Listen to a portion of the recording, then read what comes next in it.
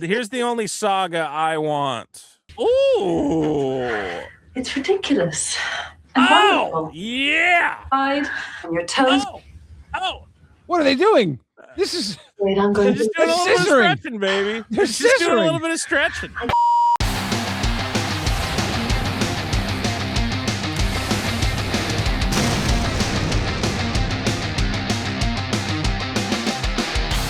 Hey, everybody, and welcome to Rhystic Study Hall, episode 14, the only magic podcast that'll give you a reach around and a smile. I'm your host, Vito. Don't make those faces. Got a little smile there. What? I wasn't expecting that. I'm doing the spiel, and I look at where it plays. Like, ooh. I'm like, all right. The study buddies are back. Study buddies. A little too intimate. The study buddies again. How you doing, Billy the Fridge? I'm doing pretty good. You know, you did it again with your You're a madman, Vito. You did. What did I do? You were telling me I predicted again the course of Magic the Gathering. When history. you predicted the bully schools in Reality Fracture, I predicted there should be a bad school, and that ended up being true. Did you not see them say that they're making a swimming mechanic? You asked for it. Are they? You asked Noctis, the new underwater world. Yeah, well, I saw there's a new underwater set. Is there actually swimming in it? Did they say swimming is a mechanic? Yes, it's the first set that doesn't have flying. And they're going to introduce a new evasive mechanic. It's going to be a swimming mechanic. They're going to introduce. Oh my God, I called swimming. You did it again. I did it again. You're the prophet. Well, because I saw they announced a bunch of new sets, and I saw, there's like an underwater set, and I went, that'll probably be something.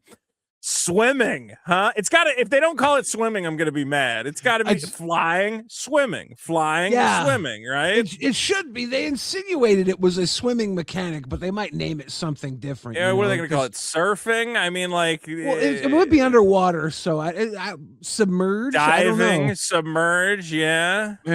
Regardless. Between all your financial talk and and seeing the future, your clairvoyance, they should call you the prophet making a profit. Well, I didn't predict everything. Okay, there's a lot of new Magic announcements which I could not predict. But who predicts bullying and swimming? Bullying and swimming, because that's two things that I care very deeply about. When I wake up in the morning, I go, man, I could go for a dip in the pool, and I hope there's a child there I can be rude to. The betting odds, favorite thing for real. The betting odds against what are they going to add to Magic? If you go up on the betting sites, say bowling, no, it's not bowling. Yeah, bowling. It's 100 to 1, 300 to 1. Swimming, 200 to 1. And then I wish the prediction markets would let me bet on what's coming up. I mean, I've made some predictions. I still think they didn't announce. So they announced right now. It's what MagicCon Amsterdam is going on, and I didn't realize they were going to announce as much stuff as they did. They announced a shit ton of stuff. They did announce, right? I mean, I guess so. Yeah, but man, I thought they would save some for like a future MagicCon. We got 3 new sets. They showed the Hobbit. They showed the Star Trek. We got 1 million new secret layers coming. I don't even know where to start. I will say, though, the one thing they didn't talk about is they did not announce any new Universes Beyond sets. So they only announced the in-universe sets. And I'm still, here's my prediction. I'm still holding out. I think they might do a Monster Hunter set. Because they announced the Monster Hunter Secret Lair. They pulled it back. Okay? In between Noctis, the Sunken Realm, and Kamigawa Titan Breach, which is, Ikoria, I go, oh, well, what's a perfect lead into Ikoria? Monsters or whatever. You should have the Monster Hunter set right there. All the monsters are coming out, and then go straight into Ikoria. I think it could happen. We'll see it. Usually it takes them 2 to 3 years to fully flesh out an entire set. Yeah, I mean, you might be right. But they're on an accelerated schedule, though. Now they're we got to pump this shit out. Who cares? I don't know. It could be a small set. I don't know. Maybe they might make a small set this soon. I think if they did go all out on a set, it might take a little longer, but maybe. Yeah. Well, it's got to be something that Paramount owns because all of these tie-ins are Paramount. And I guess maybe that's where we start is talking about our favorite franchise. Everybody loves it. It's not a D-tier franchise because we're all watching it every week. I turn on my Paramount Plus subscription and I tune into the world of Star Trek, Billy, right? Don't you love finding out about Star Trek for some fucking reason? We're gonna have autograph cards. We are gonna have autograph cards. I like how they have that the girl. Was she from Lost? That became a captain. Did her show take off? What show was? Oh wait, one after Janeway? Is she? Is that from the new stuff, the Star Trek Discovery or whatever? I don't. It might be. Remember. Yeah. She might be the new lady captain. What captains are we missing here? We don't have. Well, a lot of people have I think you got all the main ones. You got Cisco, Janeway, Kirk, Picard, and the lady. Our favorite. I like that they make a nice. They make a nice little. It's a nice little African American sandwich. All the white people in the middle. You got some nice toasty black bread on the outside to keep all that white cheese together, baby. You got the meat and the cheese and nice little pumpernickel bread on both sides. I definitely watched more episodes with Cisco than I have anybody but Picard. I didn't watch a lot of Cisco. I guess the original stuff I did watch, but I don't know if I watched it all the way through. It would just be on all the time. I think I watched the first season of the original Star Trek, and then I watched most seasons of Next Generation. Skipping around a lot. And never watched any. What was Janeway from? What was Deep Space Nine? Never watched any Deep. Or wait, was he Deep Space Nine? Was Cisco? I think. Was she Voyager? Yeah. What was Voyager? She was Voyager. Yeah, that's the one where they're lost in space. How are we gonna get back from space? Voyager had 7 of 9 in it. Jerry Ryan. Yeah, she was a former Borg. She'd broken away from the pack, I guess.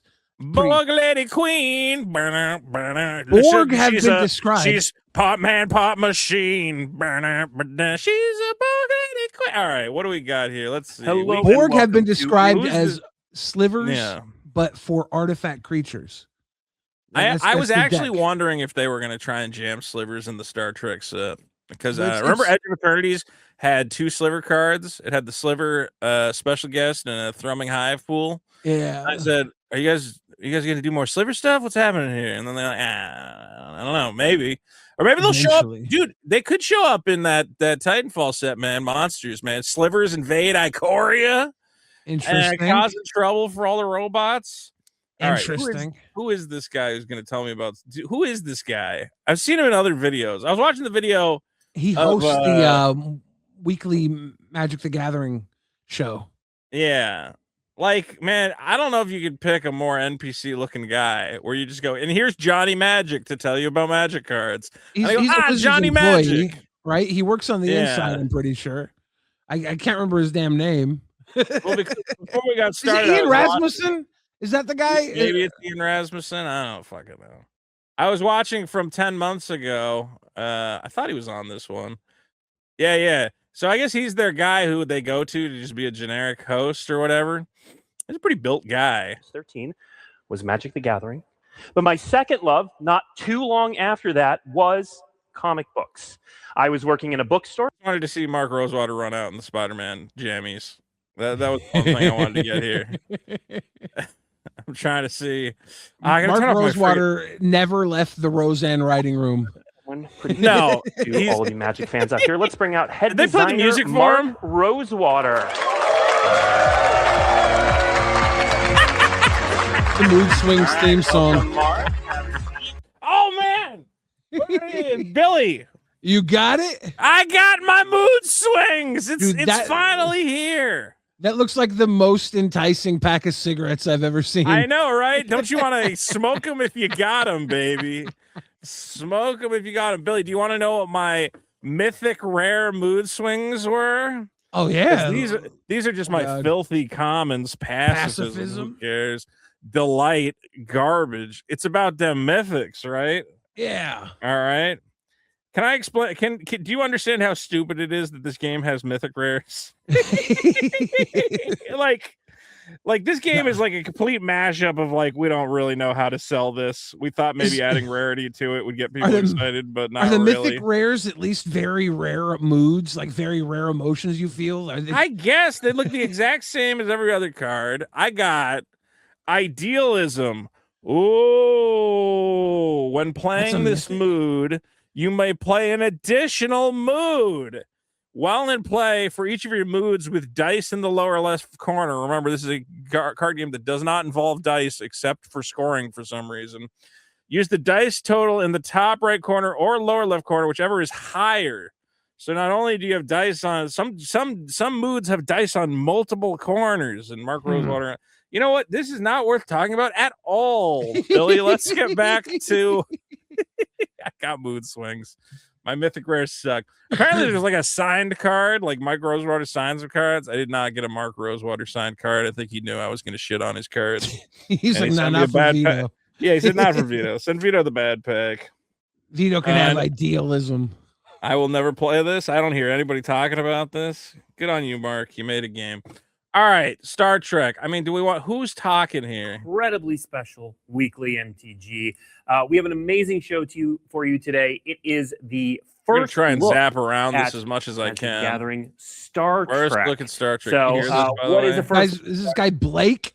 I can't remember his Comes out damn much name. later this year. His name should be on the screen, right? Well, Like that's every how you year open a video something like like this. that. You make a lower He should third. introduce himself. Stores have to. Let's see if the Gavin Verhey and Tom Jecknolt, but no, it doesn't tell you who the guy hosting Start it putting is. in make their stuff. Yeah. Also note, It's just a fucking. All right, I got to see if Gavin's actually growing his hair back. Nah, maybe not. I thought he was on Finasteride last time I saw him. I was getting real excited, but I think Gavin's still.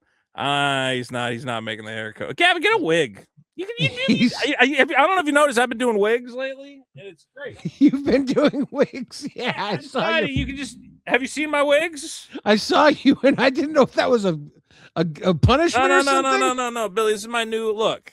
Anybody can do this at any time. You know they You can just be can. beautiful. Can you You imagine have- Gavin Verhey got one of these? You have found what middle-aged moms in the Midwest have been. You found their secret. They've been doing this for decades. Listen, man, black women and Zelfier's coming out, so I'm identifying with the black community. If black ladies have figured out, hey, you can just put on a wig and be whatever you want, why can't I get in on that? Kathy like from it. accounting wigs it up too. You just don't Yeah. notice. You You can don't touch my notice. hair. I won't even complain about you touching my hair. All right, here's Gavin Gathering. Verhey. And they're going to talk about Star Trek. All right, I'm not going to listen to these guys talk. We're just going to skip around in the video to what they show off. James T. Kirk. This card kind of sucks. 2 in a red for a 2/2 legendary creature human officer. When he enters or attacks. So obviously you want a situation where you have no cards left in hand when you play him, because his first ability is discard a card, then draw a card. Meaning if you have no cards in hand, you just draw a card. But I mean, so this Also, is like if a you have red no cards in aggro. hand, you get to choose all of them, right? Yeah, that's what it is. So you want to be hell. What happened to Hellbent? We can't put Hellbent on my captain. If you're Hellbent, you choose all of them. Well, I think they probably only use the code keyword names when there's multiple instances in the set. So this might Yeah, just and be a also it special would be a one. little weird for James T. Kirk to be Hellbent. I think they went, Yeah. well, they only But when- keyworded if it fits it with what's going on. It's when your back's against the wall and all odds are against you, and you got nothing left. You Yeah. pull it out because you're James T. Kirk. Well, James T. Kirk pulled it out on a number of occasions with another number of beautiful alien women. Hope he pulled out. What if he was the Marvel's ego of the Star Trek universe? Did they ever do an episode where Kirk had 1,000 alien kids all across planets inhabiting everywhere? No, but he should. He did have tribbles, but those He weren't was the his. with tribbles. He banged all those little critters. I feel like they really wanted this card to cost 1 in a red. I feel like they really wanted this to be a 2-drop. See, this is the difference because you want to play it when you have no hand. I think you'll Yeah. probably be playing this when you have 5 or 6 mana open, and you're going to draw into a second card most likely. You know. I mean, look, if you're playing, well, you want this in red aggro. This is for you dumped your hand. Your hand's empty. I mean, 2 in a red for a 2/2 with a 1/1 creature token. Okay, I mean that's 3 power for 3 mana, but for the big legendary mythic captain of your set, I don't think anybody's whistle is getting wet for the Kirk. I feel like this card's a real disappointment. Am I But crazy? if you're playing your hand out, if you're every turn emptying your hand, it's when it enters or attacks.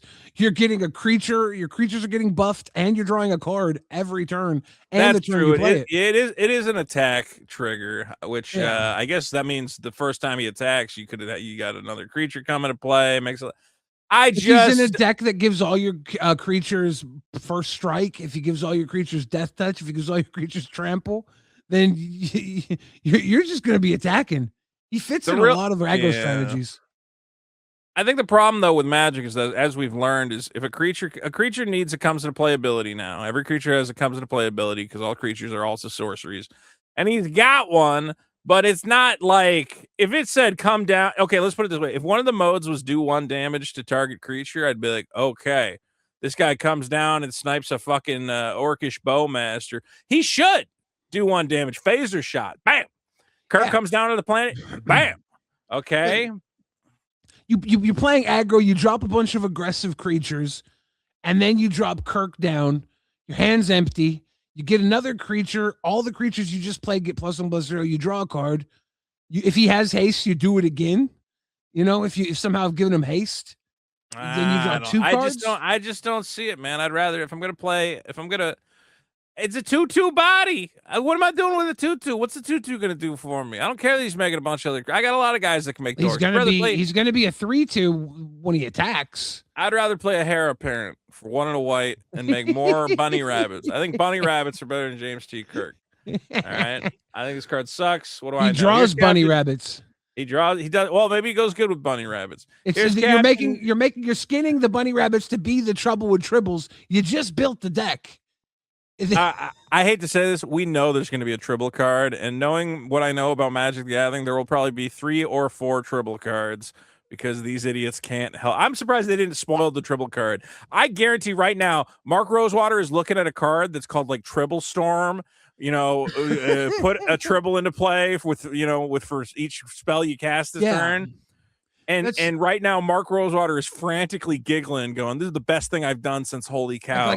I'm a fucking genius." Here are the 3 different options for tribbles. There's multiple tribble cards. There's 1 tribble creature, and you can play as many of them in a deck as you want. Or there is a tribble saga, and it's like 9 chapters, and every chapter first chapter you make a tribble, the second chapter you double the number of tribbles, third chapter you triple the number of triples, fourth chapter you quadruple the number of tribbles, and it would play out like that. So right now, no color is missing you can have as many of this as you want, right? Because blue has persistent petitioners, black has both rat and the demonic one. Yeah. What does red have? I know red had 7. Red has the instant or the sorcery. I mean, in the dragon's approach, I think. Yeah, so it has that, and then 7. Green's got the slime. White has a couple. Templar Knight. Yeah, Templar Knight's a good one. So maybe artifacts have one. That's what I was gonna say. Maybe colorless tribbles. You can have as many of these as you want, but tribbles don't feel colorless. Tribbles feel green. I would think they're little critters. Little buddies. Little tribbly buddies.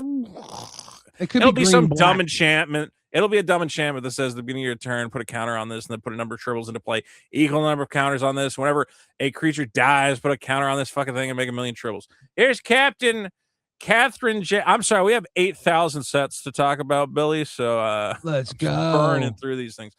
Captain Janeway for 3 and a green. You may play an additional land on each of your turns. Well, I hate to say it, that means she's already good. She's already worth playing. As far anytime I can play an extra land, that means I'm in a good place. She has a 2/3 for 4, which is not that exciting. But this is a good ability. Whenever she enters or another creature enters, that creature explores. So that means she could come down as a 3/4. Either that, or she rips a land off the top. Then you play an extra land, and then every time you play a creature, you're getting more lands. You keep exploring. Okay. Yeah. She finds her own land to play.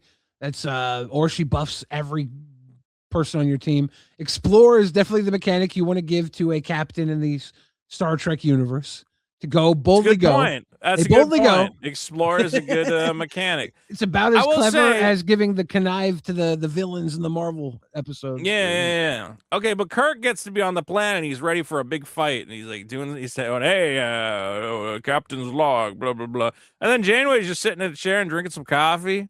I saw our good friend Maddox over at Soul Ringers, guys. Subscribe to the Soul Ringers podcast, our rival. They're our Magic sister Gathering show. podcast. Yeah, our sister show. They love us. And I saw Maddox talking shit. He goes, "It's just a lady drinking coffee." And I went, "Yeah, I mean, but there are like magic cards. It's like a mayor being like, ooh, or like, you know, a vizier going, ooh, maybe I'll make some careful plans, you know." This is it's an ominous art, actually, because have you ever seen a woman in the morning without her coffee? So that's right. It's That's saying a you're scary getting, thing. It's a you're scary getting, thing here. You're getting a tactical Janeway here, and you don't want to see her without her coffee.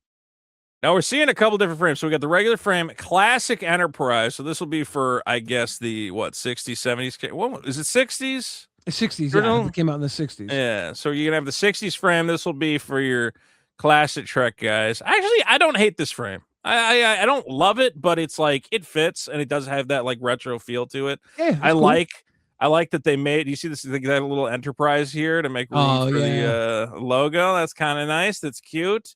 Yeah. The LCARS frame I fucking hate though. I'm not gonna lie. This is the famous graphical user interface which they use on the Starship and the Next Generation, whatever else. I kind of it just feels like I don't like the orange font at all. I think really it's mostly just I don't like the orange text. Maybe this is, but again, I'm wondering if this is going to be one of those situations where I see the screenshots of it and I go, this sucks. And then I see the actual foil and I go, shit, well, it actually does look good in foil because then there's like a little bit of texture to it. As is, I go, I'm really worried about that orange text is you want like a neutral color that doesn't, because now I'm not looking at her, I'm going orange. Orange is like a danger color, you know? It's like a stoplight. It's not ideal. This font itself it's triggering Amonkhet vibes. You know how they have the Amonkhet hard to read special cards. Taking this wig off, by the way. A little hot. It's a little hot for the wig. A little hot in here. And now I understand why ladies take their wigs off. Yeah, you didn't even have a cup of coffee. It was going to be a bad day. I have some of those Amonkhet masterpieces. I don't hate them like as much as I used to, but they are not nearly as good as the Kaladesh ones. I'm hoping this looks better in foil. It's just I don't know, something about it. There will be surge foil. Yeah. Janeway seems fine, but again, this is our mythic is a 2/3 that everybody gets to explore. It's not like still feels a little like undercosted, which maybe is good. I'm saying like a little underpowered. Well, it's also a singular it's a cool color. Ability. Yeah. I don't know if there's 5 captains. Do we have the colors on the original image? Are they all going to have their own color? I think so. Yeah. So she's the green captain. Kirk is the red captain. Yeah. See, she's green. Okay, so. Well, Kirk's supposed to be the red. So actually, we don't know. Oh, Picard's white though. We've seen Picard. Picard's white. Okay. So Cisco will be black. Well, they might not actually put them in. They might not actually put them in black because they tend to keep black for the bad guys. Have you noticed that? I think so. I think they confirmed that Cisco's black. I think we saw really? Black Cisco. Yeah. Nice. Let's see. Nice. Let's go. Well, back in black. It's nice for them to use a hero face in the color black now. Yeah, black doesn't have to be. Black can just be like commanding, you know, domineering. It's very rare that they give a hero a black card, and I like when they do. He's Deep Space Nine. He's Cisco. He's probably done some fucked up shit to the Ferengi race. Let's give him some black. You know, actually, Janeway would be the closest to black. She's fucking nuts, but we gave her green. All right, let's see. Here's our big reveal. A lot of people have been arguing about this. I don't know how to feel about it. I guess I don't care. Let's see. They're going to show you some headliner cards. We're going to come back and talk about it. So let's take a look at this video. Be prepared for something very cool, and then we'll talk. Very cool. Very cool. My God!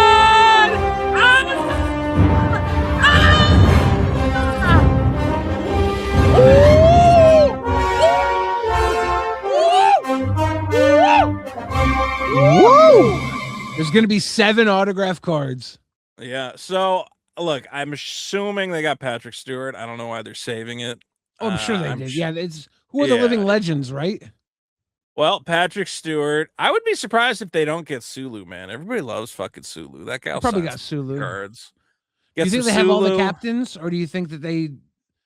I think it's gonna be the 5 captains. I'm sure you can get Cisco, and I'm sure you can get fucking who else? The new lady. I'm sure she's happy to sign it. I'm just happy to be here. Nobody knows who the fuck I am. I'm the lady captain from the new Star Trek. Maybe I'm not a big Star Trek fan, so maybe they love her season. I don't know. You think Brent Spiner's gonna be on one of these? I don't know. Like they might limit it to captains. I don't know who the captain is. Right? Yeah, well, a lot of people like that animated show, but I don't know who the captain is on that. I already saw one card has Jack. You know, Jack Quaid does the voice on that Star Trek cartoon. Yeah. So they made a card that has like characters from that thing. And they actually have Jack Quaid playing his character. I'm like, that's kind of good for that guy. He's one of the few Hollywood nepo babies who I go, at least he's a fun guy. And he goes, Meg Ryan was always gonna have a fun son. I've seen the second you saw Meg Ryan, you went, you're gonna make some fun kids. I've seen too many Meg Ryan rom-coms. There was never gonna go wrong. Now, I had somebody ask me, they said, what do you think this card's gonna go for? And my knee-jerk reaction was, I said, I feel like this might be the perfect nerd storm intersection between Magic the Gathering and Star Trek. So my knee-jerk reaction was, I said $20,000. I said a Captain Kirk signed Magic card. I feel like is that perfect. Like if you're a Star Trek fan and a Magic card fan, you gotta have it, right? It's more than 20,000. You think more. You think more. I believe so. There are 7 of them, which could dilute the full process. But I think the Kirk. I think there'll be 100 of each. There might be. They already said there's just over 200 of each. Oh, just over 200 of each. Okay. Well, then it can't be 20K. Why not? Maybe for Shatner though. Maybe the cosmic stone. There's 150 of them, and it's going for 40K. And they're not autographed, right? Yeah. These are a one. This is a autograph piece that you can only get out of a pack. You can't get this autograph anywhere else. Okay, and Billy, I'm going to show you this, and you're going to tell me what you think. I'm here on eBay right now. I can get a William Shatner out of 6 fucking signed card for $100.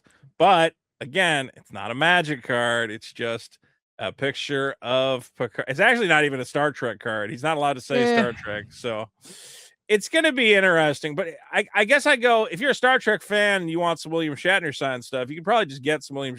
Like, here, look, you can get a Leaf Century fucking signed Shatnerian for what do you call it, for $78 off the Pop Century. And so I don't know what's gonna happen. I think again, we gotta get this Brent Spiner signed card actually. Do you have any holy grails of signed cards that you would want to get? Not at all. I'm not a big signed card guy. Whoa, you're crazy. Oh man, like you don't have any like favorite sports heroes or whatever else? I have a Christopher Rush signed lightning bolt. That's cool. It's kind of cool. I have a Christopher Rush like fully altered art card where he took like an old random Mirrodin artifact and made the guy on the artifact look like he's smoking a doob, but it's really well altered. It's really cool. It was by Christopher Rush, who's like the Black Lotus art guy, you know? It's like, dude, I tried to win an altered Mystic Remora, the original one with the fish, and I forget who did the art for Mystic Remora. Yeah, I cannot recall off the top of my head. Mystic Remora art. I should have took a picture of it. I have to find it. Mark Romansky, but he drew Woody from Toy Story riding on the back of the fish, and it was the stupidest looking thing I ever saw. I bid like $80 on it. I didn't win it. This would be my holy grail of signed cards. Unfortunately, I didn't pick one up. It. Unfortunately, these now go for like $500. This is the Jared rookie card. Worst. The problem with Jared is that he focused too hard on the rookies. He never moved on to the major leagues. Somebody needs to buy those cards and burn them. Well, no. Do you This remember is the end of the world as we know it. Why is there a subway card? Because he was helping. This Oh, there my- you go. Let me see. he did the full altar Oh, on the that's Muse sick. vessel. Dude, I really want to get into card altars. I think it's like I wish I could like figure out how to paint on cards, man. Because there are some guys who do altars and they're just like absolutely beautiful. I wish I could figure it out. All right. Well, so maybe this is not as good as owning a Jared card. Maybe not as exciting, but still pretty exciting for. I just don't know what the Star Trek community is at. Like, is it Star Trek? I don't know. Like, I know there's like big Star Wars nerds who are definitely into magic, but I go. I get, you know what? Actually, Star Wars nerds have deep pockets though, because they're always buying like fucking Star Trek experiences and limited edition shit. There's 10 times the amount of these Star Wars signed cards as there are a Mind Stone, right? Yeah. So maybe that drops it down a bit. But because there's 7 different ones, there's still more Captain Kirks than there are Mind Stones, but it's by about a 20-30% more. But they are this is the first time we've had autographed cards out of the packs. I don't know what the qualifier is to add on for that. It's gonna be interesting. I wish I could log in right now because, like, you know, they were always auctioning off like original fucking costumes and original phasers and stuff. But I think this is the stuff that probably commands. I don't know if a new card. I don't know. We'll see. It's gonna be like really interesting to see where they end up. All right. We have the Starship Enterprise. Let's take a look at the Starship Enterprise. Whenever it's a 3-cost spacecraft, feels low cost for the Enterprise. I feel like the Enterprise should be like a 6-cost beefy boy. Well, 3 cost for the Enterprise D. It's got to be stationed, so station is a whole extra cost, right? It's still a resource cost. All right. Whenever one or more charge counters are put on USS Enterprise D, exile the top card of your library. You may play that card this turn. So this is actually a really good semi-draw engine. So you get this in play as long as you have anybody to put charge counters on it. You get to exile the top of your library and play it. It's kind of like a weird little tap a guy Phyrexian fucking arena. And then if it gets up to 7, it's a 4/5 flying vigilance, which is fine. You know, I guess you're mostly kind of just playing it for the potential card draw ability. Seems solid. I thought it would be a little splashier, but I guess a little draw engine is not the worst thing that ever happened to anybody, right? Yeah. Can it station itself once it becomes a creature? Whenever one or more charge. No, it's another creature. This is another creature. Yeah, tap another creature. Would be interesting if they were. I think that's obviously, yeah, that would be too broken. Also, there's ways to like. One of the things about these guys is, oh no, they don't get the abilities until later.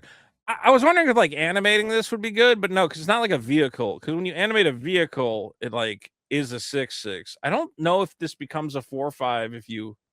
I don't know how that works. I'd have to look it up. Once it reaches the station, it becomes a 4/5, right? Yeah, but I'm saying, can you animate it with like something that says target artifact becomes a creature until end of turn?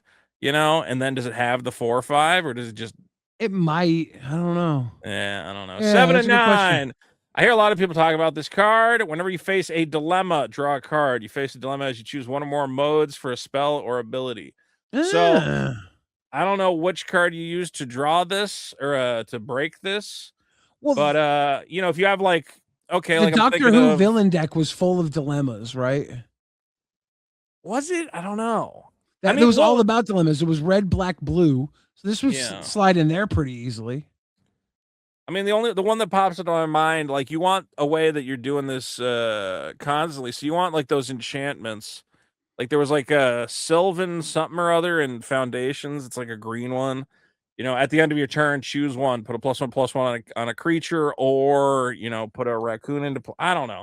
You need something that you can keep abusing this. I'm sure somebody else has figured out the cheapest way to do that. All the spells that have modes on them that you choose, they count. I do believe Captain Kirk is a dilemma because you're choosing one or more every time he enters or attacks. Yeah, he's a choice for sure. There's a lot of stuff that triggers this. Yeah, I mean the trick is gonna be finding the one that's like. Isn't there an enchantment that's is like at the end of your turn, like choose one, gain 1 life, or like return a creature or something to your hand? Like you want. Look, there'll be ways to abuse it. I don't know. It seems fine. I thought it for a second. I thought it triggered off Rhystic Study, and then I was like, oh, is this the ultimate Rhystic Study hate? I was like, every time it's like, do you want to pay 1 for my Rhystic Study? Yes or no? Because then you're making a choice, but apparently it doesn't because it's for a choose 1 or more mode because that's not a mode. Yeah, it's not a mode. It's just it's not a mode. Yeah, you need to have 2 choices. They should have made this a fucking Rhystic Study hoser. Every time you pay for Rhystic, you don't pay for Rhystic Study, you draw a card. That would have been cool. And like, there's those Cons of Tarkir cards where you choose like the sieges, where you choose. I wonder if it counts as a mode when you choose whether you choose Cons or Dragons. Probably. And then but that would only afterwards it trigger wouldn't? once. Yeah, which is not that exactly. exciting. You Yeah, I need don't think it something triggering it constantly. We got a new counter spell. 1 in a blue instant for highly illogical. Counter target spell with mana value 2 or less. So this is what is that card? Spell Snare. Yeah. But you can kick it and I mean, I don't know. Then you got a 4 mana counter spell. I don't know. Yeah. It's not that great. I saw Saffron Olive excited about Salt Vampire, and I never know if I should also be excited about Salt Vampire. 1 in a black for a 2/2 vampire shapeshifter with lifelink. When this creature enters, look at target opponent's hand. You may choose a non-land card from it. If you do, that player exiles that card, then draws a card. So theoretically, I go, well, yeah, I think this is really good. So that's Vendilion Click, right? Look at their hand, get rid of their best card, and then hope that they draw into a shitty land or something else. Yeah. But the question is, then you're getting that on a 2/2 lifelinker. Is a 2/2 lifelinker going to do enough work that you wouldn't just want to play like a duress, which would get rid of the card and then they don't replace it? Like that's the question. A 2/2 lifelinker has to be dealt with, and when it's dealt with, they don't get their good card back. Yeah. So they're not getting advantage by dealing with it. Usually, when you deal with one of these cards that steals a card, you get your card back, right? But you're not getting anything back. You've just drawn into another card. So this probably doesn't have the urgency. Duress costs 1 black. You get rid of the card, and then you don't gotta worry about them drawing something else. Is it? Yeah, but is Duress it better? doesn't choose everything. Thought Seize makes you lose 2 life. This makes you gain 2 life. If you hit with this a couple times, that's a whole extra turn of damage someone's probably going to have to do to you to beat you out of the game. I mean, it would be interesting. Yeah. Lifelink is not inconsiderable. I like Lifelink. I'm a fan of Lifelink. Actually, I'm happy this is a 2/2. If this was like a 3/1, I would actually think it was like super pushed. 2/2 seems reasonable. I'm wondering, I mean, you play modern. If you go turn 1 Thoughtseize, turn 2 Salt Vampire, you can also blank this and just keep trying to empty their hand out. Ephemerate on your Salt Vampire, take their best card again. Then it happens, take their best card again. I mean, you might just wreck hands with Salt. This actually might be one of the best cards in the set. And it's only a regular rare. It's not a mythic at all. It's very, you have this guy, you steal their best card, you throw a sword on him.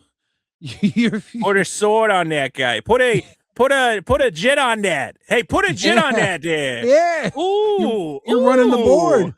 Getting jitty with him. Another big thing is if they're going aggro and they're making all those little 1/1 tokens, they're not going to attack into you with 3/1/1s because you're going to be able to block one, and the other 2 are that one's going to die. The other 2 are going to be negated by the 2 life gain.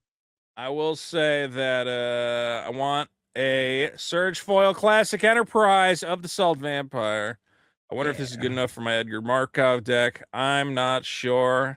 I don't know if it's good enough for Commander because it's only going to hit 1 player, but it's still a nice little 2/2 lifelink.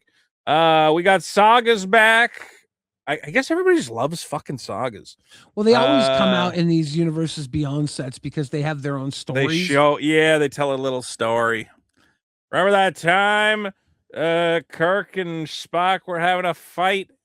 Okay, it's a fight card. Is there a good one? Sitting on the Edge of Forever. This card is very well designed. This is one of the cards I said, oh, that's pretty cute. Sitting on the Edge of Forever. It's a rare, Billy. All artifacts and creatures phase out. Sorry, it costs 3, a white, and a black for an enchantment saga. First time when it comes down, all artifacts and creatures phase out, and you get a 0/1 that says permanents can't phase in. So she's going, no, leave me alone. You can't come back. And then next turn comes around, you get 2 cards. Each player loses 2 life.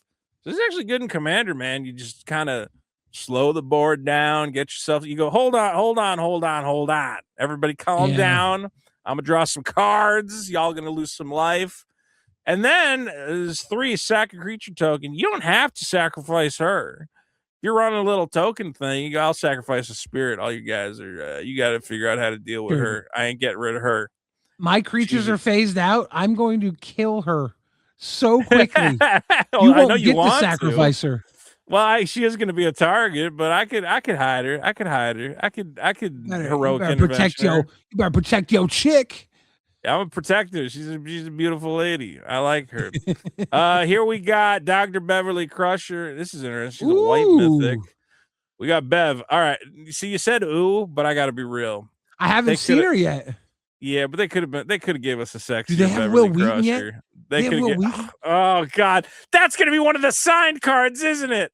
No, it's gonna be a fucking Will. You're gonna open a Will Wheaton, and I'm gonna be jealous.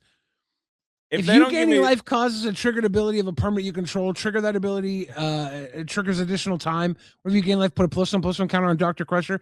Is this not just like a lazy Aerith Gainsbourg? Let's see. If gaining life causes a triggered ability to trigger, it triggers an additional time. No, it's benefiting all your life gain stuff. That's kind of, there's a lot of stuff that says like, if you would gain life, draw a card. If you would gain life, make a creature. Now she doubles it. She's the life gain doubler. Is the love affectionate character type just a life gain? She's a life doctor. She's healing solving everybody, man. She's got to be a life gain doctor. Hubba. Deanna Troy was hotter. Hubba. I was gonna say, here's the only saga I want. Right here. This is the saga. You're unusually limber this morning. I'll say. Devanami Rao. Ooh. It's ridiculous. Oh, yeah. On your toes. Oh. What are they doing? This is. Wait, I'm going to do a little bit of stretching, baby. They're just doing a little bit of stretching. I can't get enough of him. This is how you win rock, paper, scissors. I'm saying, man, look, this is my Beverly. How come Beverly Crusher? What is she doing what is she doing? Let me take a look at this. She's like looking at her phone. Why is she fixing shit on a little data pad? She should be going, relax, go to it when you want to go through it. I can't wait for the Saved by the Bell Magic the Gathering set. Well, we're getting it eventually. Anyway, missed opportunity. We could have had a sexy Dr. Beverly Crusher, so I got to look at her fixing a TV remote. We have a sexy Dr. Beverly Crusher. Just go watch the show. No. This should be. You're like, she's I need to do it on my cardboard. Okay.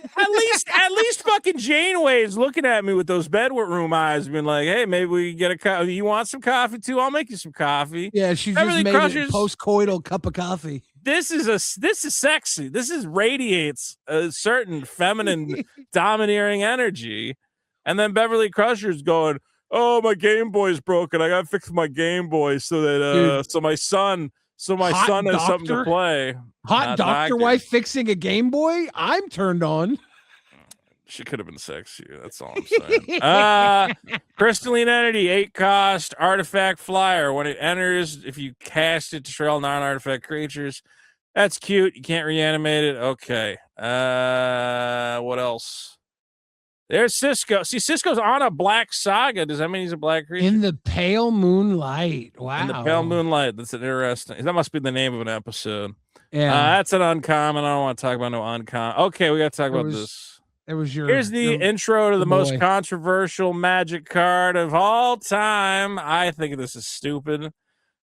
Here's the worst part, Billy, is that they're clearly excited. They thought people were going to be excited about this.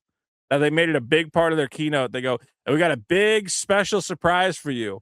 And then Gavin Ver, he climbed up on the table. He took a big wet shit all over everything. And you went, "Oh God." He said, "What? What? You don't like it?" And we said, "No." Oh, no. That's the trouble with dribbles. Here we go. First of all, a lot of the properties we showcased the original series and Voyager and Deep Space Nine to a certain extent in big ways.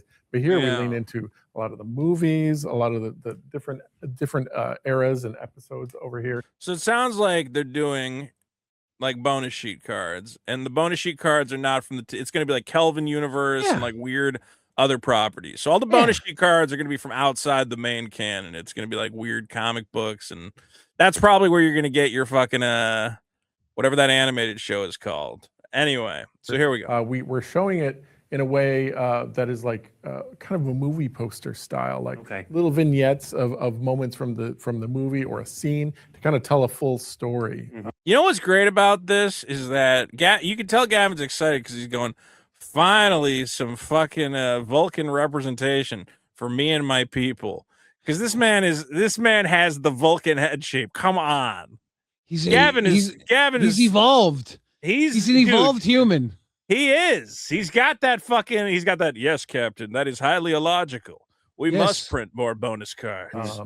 And they turned out epic. The one that we're about to show. I don't want to steal your thunder. It's not so good. No thunder to steal because the thunder's in the card. I feel like they should have played like music or something, you know? Like, we got one here. I want to show you here. Let's polish this turd. This is awesome, dude. The Shieldred's gonna be. Why is this awesome? What do you mean this is awesome? You're gonna be able to get a playable Shieldred for like $30. Nobody's gonna want this. I know. Yeah, I mean, that's kind of the problem is you go, all right, I really want a Shieldred for my deck. Should I get the really cool Phyrexian mommy? And let's be clear. Okay, first of all, Shieldred's a lady. Like, if you're going to do anything, find a lady character to be Shieldred. It doesn't make any sense for it to be fucking Benedict Cumberbuckle. These reskins are never lore connected in between. Dude, they're sometimes a little bit closer, A little bit, maybe. They made Elektra into Massacre Girl, and I went, sure, Elektra, I can understand being a Massacre Girl. Fucking Namor as the Lord of Atlantis. How the fuck is Khan Shieldred? In my opinion, this would have been better as the Borg Queen, but they probably have the Borg Queen as something else in this set. Maybe they're bringing Elish Norn back as the Borg Queen. She is the legendary head of the Borg deck, so she's getting her own deck. Okay, but they could do multiples, right? That's what I'm saying. Obviously, it should have been the Borg. If it's going to be anybody, at least the Borg Queen is thematic. And there's probably even other like female Star Trek villains that I'm not thinking of. Borg Queen is the best one off the top of my head. So far, we have 3 Benedict Cumberbatch characters now, though. So Benedict Cumberbatch, we have Doctor Strange. Yeah, it's happening. He's killing it. It's happening. It could have been Smog and Khan. I forgot about Smog. Smog's good. I wish he should have been a Doctor Who character, right? Like, how was he not in Doctor Who? How is he not in Doctor Who? He's too busy doing other stuff. Yeah, but he was around at the time. He was doing Sherlock Holmes. They should have had a crossover episode. Now, my good friend Joel R. Magic, who I think is bothered by me following him, he goes, "Why is this Vito guy always tweeting at me? Why are you stalking Joel R. Magic?" I just, because when I argue with somebody on Twitter a couple times, like I start to feel like there's a kinship towards them. You're like, we're brothers now. I'm always talking shit about Magic on there, and Joel goes, "Come on, man, it's not that bad." And I go, "It's abysmal. It's a nightmare." Here, Joel did put the Borg Queen just in the Shieldred frame, and I go, "Look, at least this I can follow the thread." Where I go, big spooky lady, Shieldred the fine. At least it fits. I don't know why I didn't change the name. Have we seen any more of these cards? Look at that. That looks pretty good. Have we seen any more of this sheet, though? Was this the only one shown? From Star Trek, this is the only one we've seen so far. Yeah. Do you think they're all going to have that classic poster style art? Yes. I think that's going to be the point. Look, that's actually the weirdest thing is that a lot of people are complaining about the art, and I'm going, oh no, that's like fucking 90s VHS cover art, man. Like I vibe with that 100%. Like the art tag is the only thing that I go, if this was a con card that wasn't Shieldred, I'd be totally down. Star Wars did posters like this, you know. It's the mural with the different size variations. It's weird when, you know, one of them is a guy with a helmet. He looks. It is like a little confusing what's going on, and let me see if I can find a more blown up one. I mean, it's all here's the thing, man. Also, does anybody remember Star Trek Into Darkness? I saw that movie like 15 years ago, and I haven't thought about it since. Did you ever buy altered sleeves? No. So altered sleeves, they're inner sleeves that have art printed on them. So when you slide the sleeve on, it alters the card. This was perfect for an altered sleeve where you get like a big bootied Shieldred. Full art, and it says like Shieldred across the top, and you just slide it right over the card, and then boom, you're good. You got yourself a nice, cool Shieldred. Well, the point I made about this, and I actually made a whole video about this on my channel, which I used to promote this podcast. I don't know if it helped. YouTube.com/Vito. I think the point that is to be made here is like, it's one thing to reskin like random like Massacre Girl. I go, even though isn't Massacre Girl a legendary now? Yeah. So that is actually the name of a character. Yeah. There's just something about like the idea that like, okay, let's put it this way. Now, like, Shieldred is a major part of Magic lore to the point where I go, God, it's just so fucking weird now that every time I play Shieldred, in the back of my head, I'm going, also Khan from Star Trek. Like, they're just linked forever. It's not something I can ever, like, erase. It's the same with Joda. When I play against Joda, I go, yep, there goes SpongeBob doing his SpongeBob thing. And I think creating those thematic connections is, like, cheapening your lore. Because next time, what happens if you want to bring Shieldred back? Everyone's going to go, oh my God, it's Khan. Here comes Khan. Like, you're fucking up your own lore. This is where I kind of trail off, because they're going to end up reprinting Shieldred as SpongeBob and 4 other characters in the next 5 years anyways. That's bad. They shouldn't do that. They do that. And now it's going to make the OG Shieldred even more sought after. I kind of want to go pick up an OG Shieldred, the special version. Well, I was getting a little bit worried, and I am mad that I don't have the step and complete Shieldred. I fucked that up. I thought I had one, but I don't. Yeah, dude, the Genji, the Genji Elish Norn is a whole other fucking thing. It's like $1,000 now, and I almost picked it up for 100. I wanted it, and I almost did it, but I was like, nah, I don't. I already have 2 Elish Norns, and I didn't. I already had 2 cool Elish Norns. I had the oil slick. God, it is and the almost step and complete. Yeah, dude, this card was so like fucking mad I didn't pick it up. This card was like nothing forever. It was 100. I could get it for 100, and I'm so mad I didn't get it. Back in April, this was 100. Yeah. Oh, dude, man, you slept. So kicking I don't myself. know why I never got one. I just always said I got the other version. I guess I should have bought this version. I opened the step and complete concept art Elish Norn. Yeah, that's the one I bought like 2 of. I opened the oil slick Elish Norn too, and I'm like, I already have 2. I don't need the Junji, but I want the Junji. And now it's like, oh, dude, come on, yeah, dumbass. we both goofed because I just said this is my favorite one. This one has, I guess it hasn't spiked as much. 72 for a lightly played, but I bought these at like 40. I bought 2 of them because I'm like, man, this card's really powerful. When I opened it, it was like 150, and then it dropped. Well, it's getting back there. It's getting back there, actually. I didn't expect the Junji one to go absolutely nuts. Honestly, I like Junji Ito. I just thought the art on this one was not. I don't love the art on this. She looks tiny. Dude. If I didn't already have 2 of those, I would have got that one. They fucked me by having me open the other 2 because I would have got that. I was like, I don't need it though. I don't even play the other 2. You still got a Bumble Flower. You'll be all right.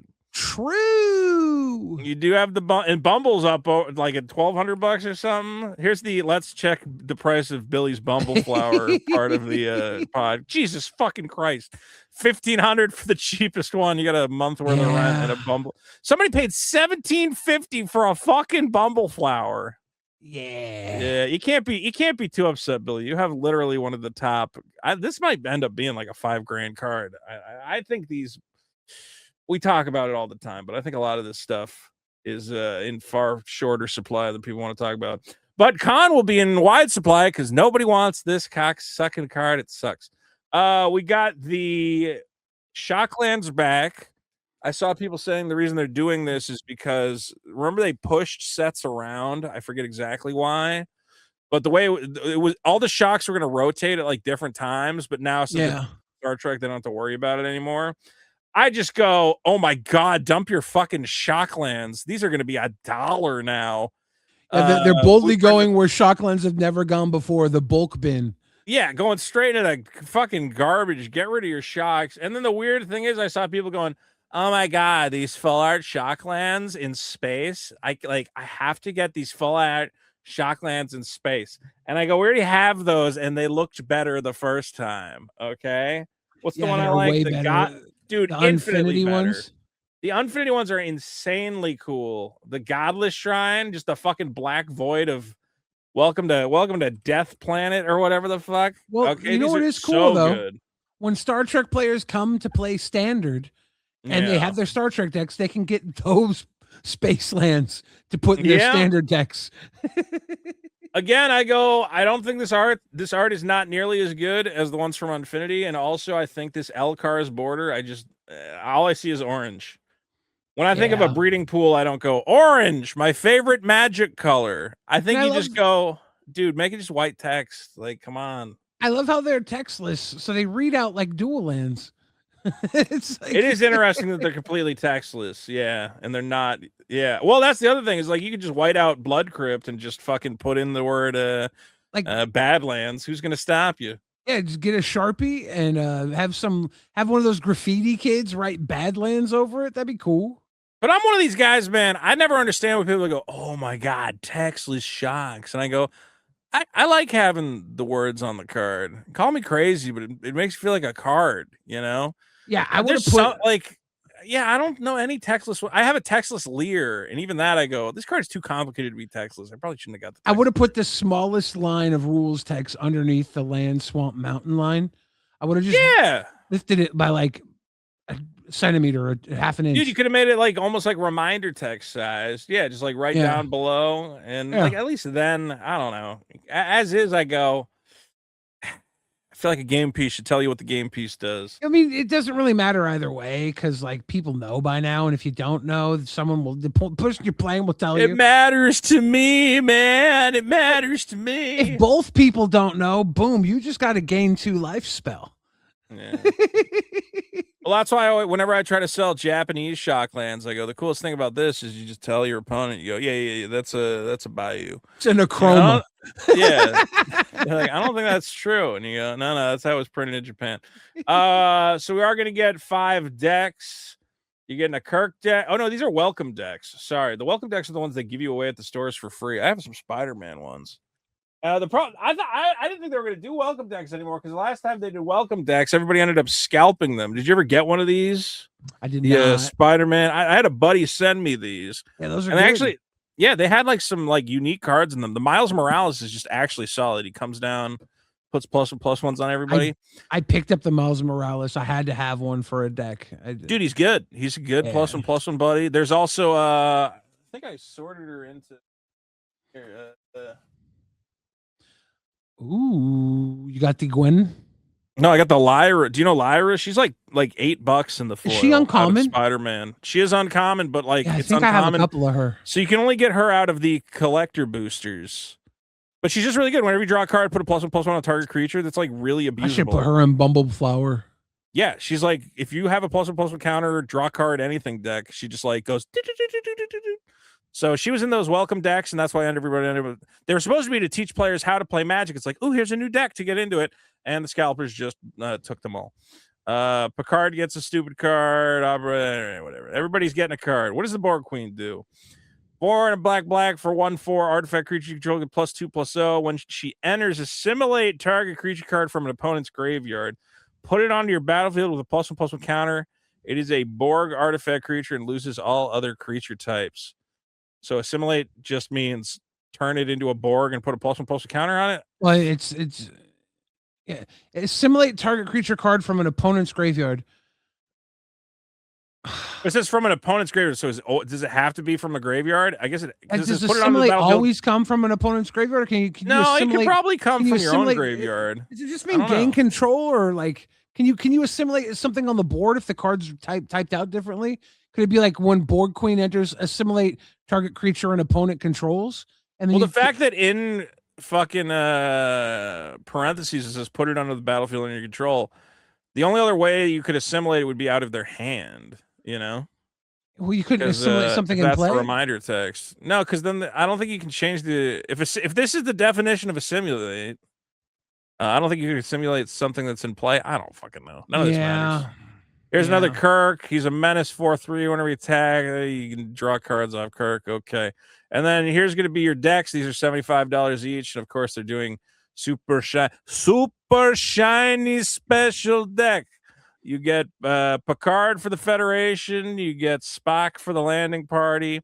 You get fucking what's that guy? Is that Worf? I think it's Worf. It says Klingon Fury. Looks like some Huh. Worfman. And we are the Borg. We are the Borg. We We are took your the people. children. We assimilated all of the people, and let's stop living. But we didn't take Jared from Subway. There's a choice we're making. We're getting scene boxes. Okay, here you got divergent timelines. So this is where you're getting all your Kelvin characters. Enterprise Q. I don't know my Q? Star Trek. Oh yeah, is it the Q continuum? Are we getting a Q? Is it going to be a mariachi Q? Oh man, mariachi Q. Now that's a saga I want to see. Hey, is there any product available for this set? Yeah, I mean, are you guys is there gonna be anything to buy? I don't feel like there's enough stuff to buy. Fucking shit, man. Jesus Christ. Boosters, decks, more decks, collectors, scene boxes. I mean, they're going balls deep for this Star Wars shit, Star Trek shit. They're going harder for this than Marvel, it almost seems like. Well, because I think Marvel had 6 sets, so they're probably going all out for this one. Is this the gift bundle? The gift bundle's on its side. They kept doing those stand-up gift bundles. All right, they got a million things coming out. That's Star Trek. I don't care. I mean, they haven't spoiled anything that I want out of Star. Here's the problem I'm having. I'm going, I don't really want any of this. Like, I didn't see anything in there that I go, gotta have it. I saw a couple people say they gotta have fucking textless Shocklands, but I go, nah, man, I'll just buy more of those Infinity Shocklands. Those are way cooler. For real. I will say this: if the Shocklands get really cheap, yeah, I think you buy them up just to throw in commander. Oh, you decks. always with this buy them up when they get cheap. They're Well, going to be $1. They're super playable in Once commander they hit decks. $1, always they're not coming back from $1. They're going to be $1 forever. Shockland. If you do not buy any more Shocklands. That's not true. They drop and then they come back up because they stop reprinting them for a few years. It's not like fetch lands. They don't reprint for a while, and like it takes them a while to reprint a fetch land. Shocklands. Every time Wizards has nothing, they don't know what they're doing. They go, I don't know, put fucking Shocklands in the If set. they go down to $1, eventually they'll go back up to $10. I'm almost sure of it. Unless they become like insane. They're going to be like Sun Petal Grove, man. They're going to be like those cards used to be something. The Checklands. Yeah, but if you got a Force or Planes in play. Because they threw them in every single commander deck. Well, that's what they're going to start doing with Shocklands. They'll definitely start putting Shocklands in commander decks. They don't care. None of this matters. Maybe. They are sliding battle bond lands in, but they're coming in like one at a per time. deck. One per deck. It is a good sales tactic to put one per deck. All right, we got Reality Fracture is also coming. What do we get for Reality Fracture? The original. Oh, wait, I like the way this guy talks. Is going by another name these days. Say hello to the theorist, Jace Bellerin. Come on! Oh, yeah. The theorist, Jace is cracked. Yeah, he's an angry boy. 2 blue for a legendary planeswalker. Here's what I'm so I think why they stopped leaning into planeswalkers is because Commander became so popular. Planeswalkers are kind of dog shit in Commander because defending them against 3 other guys is like, yeah, I play a planeswalker, you guys are just gonna pop it. Yeah, it kind of feels like they're now like trying to design planeswalkers for multiplayer that are like, leave me alone. Because this guy says at the beginning of each opponent's draw step, you draw a card, which is already broken. 2 blue. In 1v1, it gets you 1 card. In 4-player, it gets you 3 cards. I mean, you literally only have to keep him alive like 2 turns for it to be a harmonize, you know? Yeah. Go up 1, make a 1/1 blocker. Go down 2, and this is crucial. For each opponent, return up to 1 target artifact or creature to that owner's hand. So you put Jace down, you bounce every threat on the table, and then he just sits there and he draws you some cards. This guy seems solid. I feel like this card will actually maybe see some love in Commander or something. His ultimate, draw 3 cards, -6. Then put X +1/+1 counters on each creature you control, or X is the number of cards in your hand. So weirdly, blue creature. Blue overrun? Blue overrun, yeah. Kind of wild. Kind of like, you're like, wait, Jace is doing what? He's making everybody huge.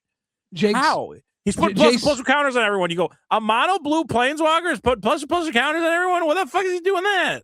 Yeah, you're drawing cards every turn. You're pushing their fucking board back into their hand. Yeah. You're creating tokens. If you have proliferate in here, you're fucking shit up with this dude. You know what I want to say is that people do not take proliferate seriously. I don't think people understand. Anytime they print a new proliferate card, I go, yep, that's just fucking broken. Like being able to advance your planeswalker 2 more turns. Because Magic can't really design around proliferate existing. So all these cards are like designed to vacuum. They're like, yeah, and then I'll take 2 turns to do this, 3 turns to do this. And then it doubles the amount of counters they come into play with or proliferates. It's just like, oh my God. You just have to know whether you're you have to know whether you're building proliferate as a win more or a time walk, basically. You know, if you're building it to go 2 turns ahead, it's amazing. If you just win more, if you already have creatures that are going to win and they're just getting bigger and bigger, stuff like that, it's not that great. So I think you have to know how to play the proliferate in the right deck. All I'm saying is I don't know why this card is not more money, although it does seem like people are now buying the oil slick foil. The Staff of Completion, which has the ability to, how much does it cost to proliferate? It ain't like free, but it's tap, pay 3 life and proliferate. So it's 3 life. Yeah, but then you can untap it, do it again. I mean, 6 life and 5 mana to double proliferate. I mean, that can get you your ultimate going. Guys, if you don't have a Staff of Completion by now, get yourself a fancy Staff of Completion. I love that card. All right, so Jace is up to Jace. Here's what happened to mana rock Jace. too, by the way, for those that didn't read the whole card. You can pay 2 life and add 1 mana of any color. That's true. It is a nice little mana. It does a lot. So Jace was relaxing, all cool, shooting some b-ball outside of the school. But there are a couple of guys that were no good. Yeah, exactly. Started to make trouble in Jace's neighborhood. He said, "I'm gonna make my own plane of dimension where nobody cares. I'm live there as the planeswalker of Bel Air," and that's what he's currently doing. So he made a Johnny, a mad red boy, and let's see how this goes. He took away all the villains, and now the heroes became the villains. Oh my God! Oh no! Is that good or bad for? Like, is he going? Is Jace calling everybody up, going, "Hey guys, I really fucked up"? And they go, "What'd you do?" And he goes, "I don't know, man. I was just fucking around. I made a red Johnny. I made a fucking." Remember all those bad people we hated? Yeah. Remember Nicole Adolf Bolas? Adolf Bolas. I killed the baby Adolf Bolas, and now we're all Adolf Bolas. I do. Is Loot in this fucking set? What is Loot doing? I want to know. Loot's got to be in here. They haven't announced it. I think Loot is controlling Jace. I've called it forever. I think Loot is the bad guy, and Jace is the bad guy. But I think Loot is secretly the. That would be such an early fucking reveal, though, man. Like we only just met Loot back in Cowboy Town, and already he's going. I think they won't reveal it right away. I think Loot will just go, "Mr. Jace went crazy. I don't know why. I told him to stop, and he wouldn't stop." But he's fucking around and causing. I'm calling it. Loot has a card in this set, and it's Loot, the door to nothing. Loot door to nothing. Yeah, because he went from key to everything to door to nothing. I'm calling. He's opening the door. Well, as we know, the only way to shut the door is to get all the pieces of the weather light, including the Juju bubble. So make sure you got to be Juju bubbling, which combos really well with the Vito magic card. I'm not even gonna lie, man. Juju bubble, you can just gain infinite life. It's not even that bad. We saw somebody on Twitter was talking shit about Juju Bubble, and we should have brigaded that guy harder. Oh yeah. All right. So the way Reality Fracture works is if you open one of these, you get both of them in the pack. They're part of a set. So if you open it a Johnny Resolute 1 and a white, comes into play with only 2 loyalty counters, which is fine because he's a 2-mana planeswalker. And whenever you gain life, put a loyalty on a Johnny. So, hey, Beverly Crusher, what are you doing, baby? Helping out my boy Johnny. doubling up she'll double up his loyalty ability if Beverly's in play. Yeah, his 0, you gain 1 life, so it upticks at 1. You play him on turn 3, and then you play one of those tap lands that gain you a life when they come into play. He's ticking up. He's going crazy. Yeah. He's going wild. I mean, the problem though is that it takes -4 to make 1 a Johnny's Pride Mate, which I guess is fair because he is just, he's 2 mana, so it's not like a lot. I don't know. If you have 2 or 3 lifelink creatures attacking and they all trigger, they all put 4 on there. And it makes the it a problem Johnny's is, dude, Pride I Mate. gotta get this guy all the way up to 10 counters for an emblem with creatures you control get +2/+2. If you're gaining life, and creatures get +2/+2 in lifelink, Billy. Come on. If you have all the Soul Sisters, like Soul's Attendant and everything, if you have all those in there, every creature you're playing is gonna be getting you 2 or 3 life. It's gonna be nutty. Yeah, but all I'm doing is I'm making a Johnny Pride Mates. There's already a Johnny that makes a Johnny Pride Mates. It only costs 4, and he's way less hoops to jump through. But the creatures you control get +2/+2. He gains you life. The other and Johnny wins wins the game if you have 35 life. It's the better Johnny. This one's fucking sucks. For 2 mana. Come on, it's so good. Yeah, well, there is a 2 mana Johnny. You know what that one does? He comes to play with a cat, and then he turns into a guy that nukes the board for the rest of the fucking game. That Johnny's fucking insane. Actually, I forgot. A Johnny was already red. Did we forget this? A Johnny Vengeance. He's been white red. He's been white red before too. He's been. So I guess this is a mono, but I guess this is the mono red Johnny. He's completely given in to the demons. 4 red for a 5 loyalty planeswalker. Whenever you activate a loyalty ability, it doesn't say whenever you activate a loyalty ability of a Johnny. Yeah. So you can have other planeswalkers in play, and they're all making 2/2s. This guy's going in my Commander Guff Planeswalker Party Bonanza. Oh baby. Imagine you open this in your pre-release kit. You get both of these. Yeah, so you're just going. Yeah. You're going nutso, man. You're making cats for days. It is weird though that this Johnny makes cats. This Johnny makes wizard soldiers named cadet. What the fuck is that about, buddy? Because the cadets are the bad kids. They're from the bad kid school because it's a military school, basically. It's just so weird that he's making cadets. What are the cadets gonna do? Because he turned his back on his brethren. He didn't care about his brethren. Creatures you control get +1/+0 and gain haste till end of turn. That's good. Discard your hand, draw a card for each creature you control. Obviously, for making shit kind of cadets, congratulations. And then -3, you can activate this right away. 4 damage to each creature except tokens you control. That's an interesting ability. So if you're a token-based deck, remember there's that Hour of Devastation, destroy all non-token creatures. I mean, it's always nice when your token boys get to hang around and everybody else gets nuked. So put that, if you got a red token deck, man, not a bad little boy. It's not a bad tokens you control too, so it will kill your opponent's tokens. Yeah, that's true. So you nuke everything except your little boys. I think we already see the Chandra Chill and this Torch was shown earlier. Yeah, this is just nice art on these. I like the art. This is a preview card. Yeah. And then I was wrong. I thought Liliana would be green for some fucking reason. I mean, it just seemed too obvious that she'd be white. Turns out she is indeed white. Not a planeswalker. She's not a planeswalker. She's been desparked. So for white, you have this incredible Soul Sister.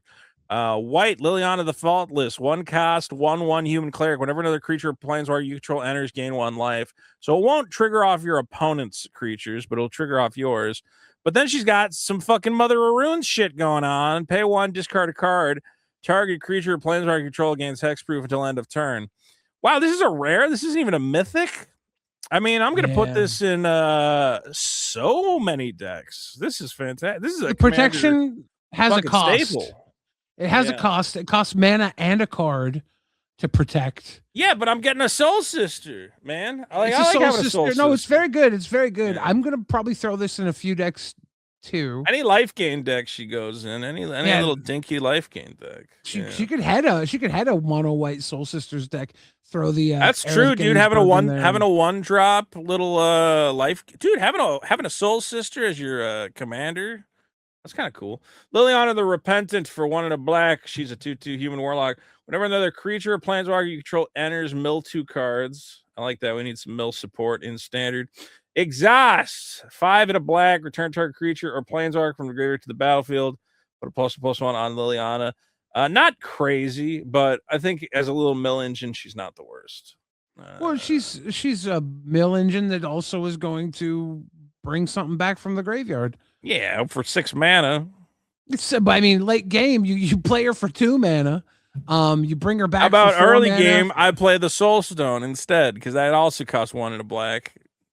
Yeah. Okay, Vito. Soulstone is so good.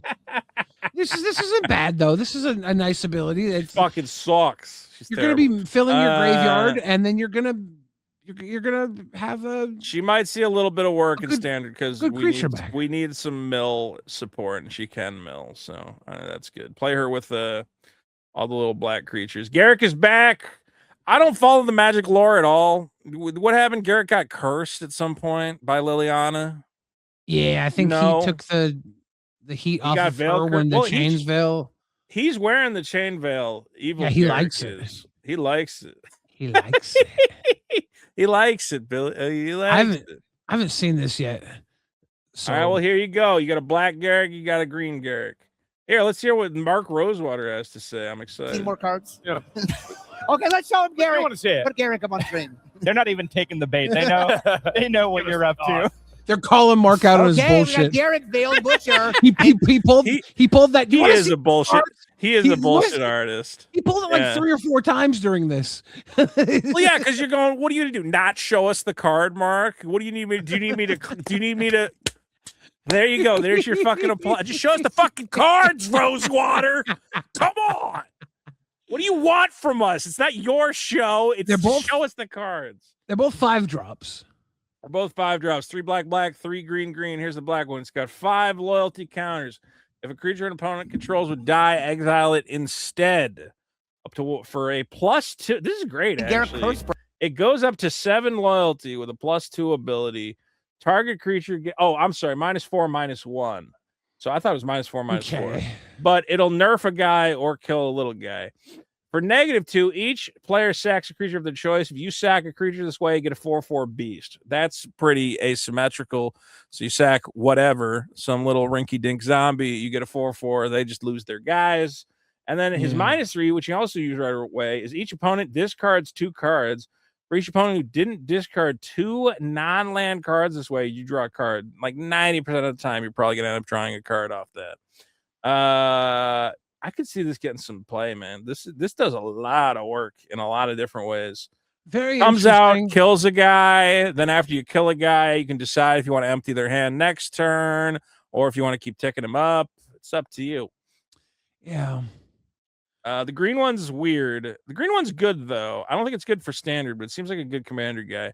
3 green, green, 5 loyalty. Whenever a creature controls power 4 or greater enters, draw a card. That was good. The Garrick's enchantment. Well, he had that enchantment. It was like Garrick's something or other. So just Garrick's Uprising or something. Garrick's Will Uprising. So it's just that on a Planeswalker, which is already good. But that's good. Well, it's very good. I'm not saying it's not good. It's really good, Vito. Why are you saying it's terrible? Shut up! I'm saying it's good. I'm agreeing with you for once. Vito, do you want to see more cards? I don't think they want to see more cards, Vito. So obviously, the black Garrick Vale Butcher. Oh my God, Mark! All right, he goes up for 2, untap 2 target lands. That's a classic Garrick ability. That was on the original Garrick.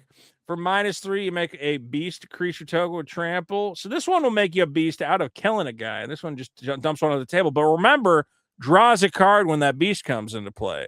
So that's really make a 4/4 draw a card, which is not too shit. I mean, if you just play this as a 5 mana, make a 4/4 draw a card, and they have to deal with this guy, they got to swing at it. This guy's already putting in some work. If one of your lands is mana positive, then this is a 2 mana planeswalker because you untap 2 lands. And it's like 1 mana, 2 mana, 3 mana. So it's already a 3 mana planeswalker basically that comes out on turn 5 because you untap 2 lands anyway. So you're going to get 2 mana back. And maybe you drop a little something. You can put a little, there's a lot to work with. And then, of course, he has Jace's ultimate ability. They gave him the Jace Overrun I don't ability. know why he gave him the classic blue ability of all your creatures get bigger. For -4, you can use this the turn you play him. Until your next turn, whenever 1 or more creatures attack your opponents, those creatures get +2/+2 and gain trample. So he's ready to overrun right away. Right off the rip. That's so good. That That's is like so good. For me, the green one is smoking the black one. The black one's decent. I mean, The that's green one reminding is- me of Nisa, which was like a complete bomb for your mono green. From All Will Be One. Yeah, because Sheik also, Yeah, if she you was paid great. the full amount for her, she just came out and said, "Hey, I'm just gonna win the game this turn." You know, Yeah. but she cost she if you really wanted to do that, you had to pay 7 for her. He can come out at Yeah. turn 5 and kind of get there depending on what you've already put out there, man. Yeah, I like this Garrick a lot. I like him. Did you see Tiny Bones and Titan Bones? So all your Come favorite on, guys. man. Now there's Big Bones, Little Bones, Big Bones. How he's such a big boy? He got a tiny He's head. so big. Titan Here's our Bones. Hexhaven. I think we already saw the Hexhaven. Every pack is going to have a pair of cards. Every pack's going to have one. Did Elbond kind of do that or no? They did. I think that every pack had the Yeah. partners. They all partnered Yeah. together. So this one is an uncommon. Tiny Bones is an uncommon. So we're gonna have probably a lot more uncommon pairs. There's gonna be a lot of uncommon pairs for sure, which I got no problem with. Yeah. We got a bunch of new prepared creatures out of all the new schools. We got make a cadet. So I guess every color is gonna be making cadets. Yeah. A little bit of melon. None of these are too exciting, I don't think. This I thought was a missed opportunity. So we're getting a white Dark Confidant, and it's kind of like confusing and stupid. We all know the classic Dark Confidant. Here's Enlightened Confidant. First of all, I mean, I know Ron Spears just died, but couldn't you have got someone to make it look like Dark Confidant, man? Couldn't you get a dude standing next to a something? So they've it's like redone Dark Confidant over the years because that was like just a. Well, a it looks like Pro they Tour kind player. of tried to match it, but it's like a guy holding a thing next to a book face lady from fucking Hexhaven. I go, I don't know what this is about. Hey, So- are we gonna get a cycle? I think we're gonna get a cycle of dragons. Yeah, I think we're gonna get. I think they're gonna be the Tarkir dragons. I think they're gonna run Yeah. the schools. Or aren't the Tarkir? Are the Tarkir dragons 2-color or 3-color? Oh, they are 2-color. They were yeah, 2-color, yeah. Dramaka. Yeah, okay. I think that would be cool if Dramaka's last name was Vigor Bloom. If they all had the last names, Sluimgar, Theorix. right? Yeah, I can't remember think all that- their I names. think they gotta- Colgan, Stinger Quill. Right? I feel like that's gonna happen. I feel like I that's mean, what Jace has honestly, done. it would be better than inventing 5 new dragons. I would have no problem with. Because we also went back to cons of Tarkir we went back to Tarkir not too long ago. So it's Yeah. like in the same. And they weren't in the they same weren't in headspace. that they weren't in that set. They were in the secret layer, right? Yeah. Yeah. All right, here's Enlightened Confidant. It's a 2/1 life linker. At the beginning of your end step, if you gained life, surveil 1. If you put a card with mana, I don't know. This is just way too complicated and stupid. It's like, why would if you're going to make a version of an iconic card, make an equally iconic card? This is just confusing. This is actually equal because the other one takes the life from you to give you the card, and this one only gives you the card if you gain the life. Yeah, So but you have to gain the life, but you have to attack with, like, you have to deal. You have to gain life. Not if it's a land. If you surveil and there's a land on top of your deck, you get it back What I'm without gaining saying, life. dude, Dark Confidant just comes out and does something. It should have been a Yeah, card but that you just comes lose out and life. does something. This does do something. You surveil. I like this design. I think this card's dope. I think this is going to go in that deck You with only that vampire. surveil if you gained life. So it, at 90% of the time, this comes out as a 2/1 and does nothing. Okay, you got to have that Liliana Soul Sister out. Dude, it should have said at the beginning of your end step, gain 2 life, and then reveal the top card of your library. And if it's fucking, equal to the amount of life you gained or less, then you can grab it. It should have been something like that. But as is, it's a 2/1 lifelink that comes out and does nothing, which means it will see no play. Do not get tricked into speculating on this card. It seems like trash. Awesome. Amazing card. Love it. Shut up. Craterhoof Behemoth. I think this card should be a game changer. It's not interesting or fun. And anytime I can win a game with Craterhoof Behemoth, I usually try to find a different way to win the game because it's not interesting. This is interesting. Crater Claw Colossus. Because this is artifacts, which is different. And it costs 7. I'm excited about that because that's not just, hey, I got a million fucking creatures. Let's make them all bigger. What? This fits in like different decks. This you actually gotta build around. You Look, just put a bunch of Craterhoof- creatures in there. Craterhoof is not interesting or fun. Here is exactly Craterhoof, but with artifacts. No, because It's I the can exact make same win this condition. rewards me for making because I have my fucking what's his name Galazeth Prismari deck, and I like making 1 million artifact tokens. That's way more interesting than just playing 1 billion creatures. This comes down a turn earlier, but probably 2 turns later because green ramps. But also artifacts ramp, treasures and stuff. Also this is also in sneak attack colors. Okay, there's that warp Tanuk guy who can dump this onto the table early. Like this guy actually might. You don't want this early because you want artifacts on the board. Well, yeah, but you just turn one, you make a couple fucking maps, you play fucking Spyglass Sentry, you play Thrabin, whatever the fuck. You dump a couple of art. You only need, dude, all you need is like 3 artifacts on the table, and you're getting overrun out of this guy. There are a ton of He's an cards artifact. that He make counts artifact himself. creatures. Yeah. We have that construct, blue construct card. There's a ton of stuff going on here that we're gonna love, and it's gonna kick ass. But it's still fucking Craterhoof Behemoth. From going from like I hate Craterhoof Behemoth to like I love this Craterhoof Behemoth because I it's want the a same Craterhoof card, Behemoth right? that makes me happy for playing Spyglass Siren. Where they go, why are you making all the maps? And I go, I just like maps. What do you I want? love Maps Shut are up. fun. I love maps, and then boom, I love gotcha, maps. gotcha, Yeah. gotcha. Let's not clip. Don't clip that. Crater Claw, Colossus. Nobody here loves maps. We all dislike maps. I definitely love the Crater Claw Colossus. I have a Vihang Goldwaker deck that's half torn apart right now. I think I'm gonna put them back together because there's a lot of reasons to be swinging with treasures right now. Dude, I've been grabbing all sorts of little treasure cards, man. I got what's his name? I got Glot. The little guy. Whenever you play a historic spell, you make a fucking thing. I got Ragavan making treasure tokens, baby. Look at that boy. Look at that boy. Look at that good boy. So good boy. Look, I'm just saying, Craterhoof has always been boring because I go, yeah, I play a bunch of elves and insects, and I play Hornet Queen, and then I play Craterhoof, and everybody gets +12, +12. At least this, I had to build a deck that makes an artifact, like something. It's not just creatures giving a benefit to creatures. It's creatures getting a benefit from other stuff those creatures did. Yeah, decks with artifacts in them are like the norm. That's why we banned Dockside Extortionists. I know. That's why we banned Dockside Extortionists. Did you see the new Dockside Extortionist, by the way? Really? I'll get to it in a second. Joven and Chandler are back, baby. Joven and Chandler are back. Okay, so here's my question is, will Mystery Booster Commander Edition have Mox Opal in it? I think it will. I'm trying to think where else they could reprint Mox Opal at this point. Now, Mox Amber is getting reprinted in The Hobbit. Did you see that? Mox Amber is? Yeah, Mox Amber is. Yeah. Yeah, I saw that. Which I'm kind of going, hold on. I feel like the Moxes are Magic's thing. I don't think we should start giving the Moxes to other properties. Like the Moxes should always be in universe to me. It's Smog's treasure, right? So it's his treasure room. Maybe he got a Mox Amber in his treasure room. Well, I think they've already confirmed there's only like 5 Dwarven treasures. So Mox Opal won't be in the Hobbit unless they like are secretly holding some. Maybe it'll be a box stopper. Well, but here's the big question, okay?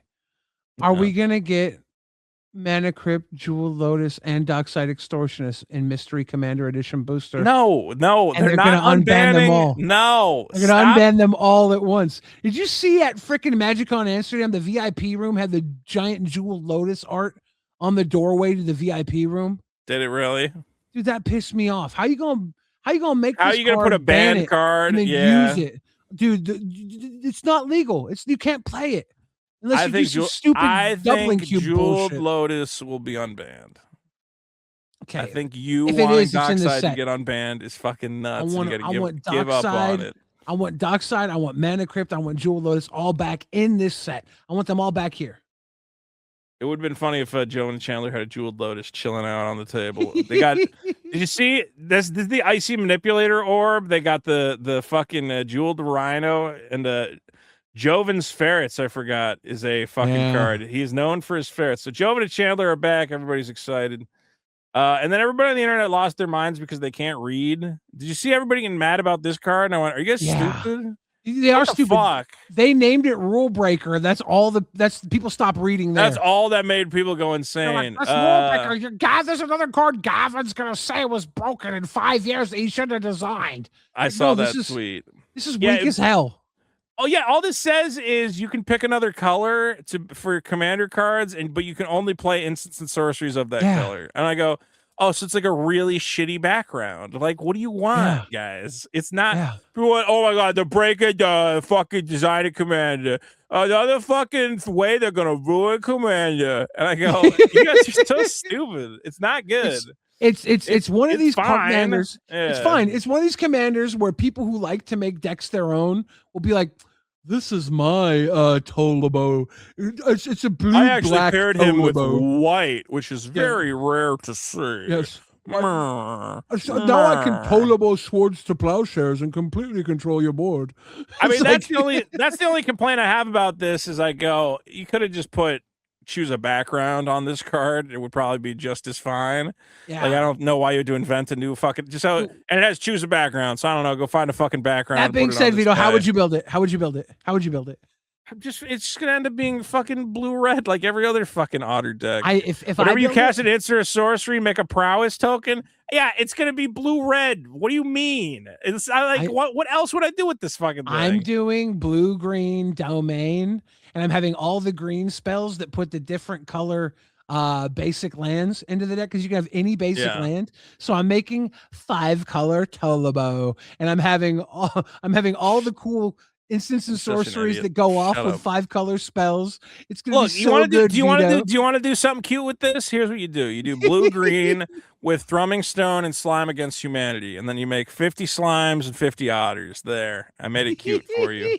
It's not even worth doing, and I don't want to do it. All right, we're getting a new look. We've needed a new mystery booster. Mystery Booster 2 has been around for a while. We've needed a new one. I'm glad we're moving on, and I think this will be where we see the Mox Opal reprint. They're 20 card booster packs. All right.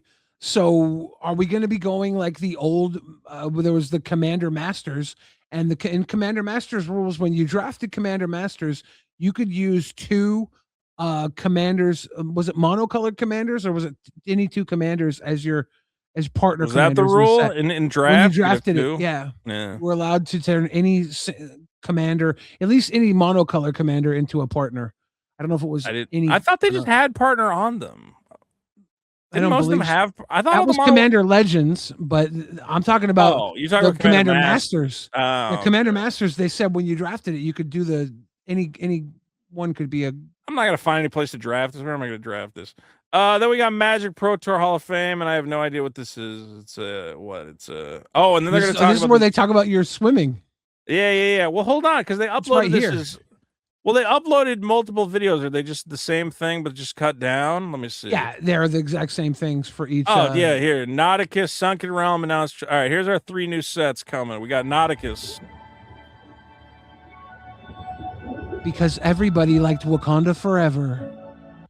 Guys, go buy a Namor right now. It's going to be a lot of fucking murder. Do you like how this year, let's look at this. This year, 2 years later, everybody in Wizards went to go see Wakanda Forever, and they were like, Wakanda Forever was so good. We have the Atlantis City, and we have Wakanda. And this year, 2-3 years after that came out, they all were inspired by it, and Wakanda it's Wakanda. It's Wakanda Forever this year. That's Wakanda Forever. That's what they've done. And you get Ironheart, and she's the fucking mech suit for fucking Korea Kamigawa. So they literally just watched that shitty Black Panther Wakanda movie, and they said, "Well, there's our 3 sets right there." To be fair, the Kamigawa Titan Breach, they watched Godzilla Year 1. And then dude, I gotta take 3 stills from that Wakanda Forever movie, and I'm just gonna put the logos from the Magic sets on them. And Ironheart's gonna be whatever, and Namor's fucking it does fit perfectly. Dominaria Forever. I mean, what am I gonna do? I'm gonna watch a bunch of guys swim around. You gotta watch them talk about swimming. That's not a real name. It's Forrest Shell.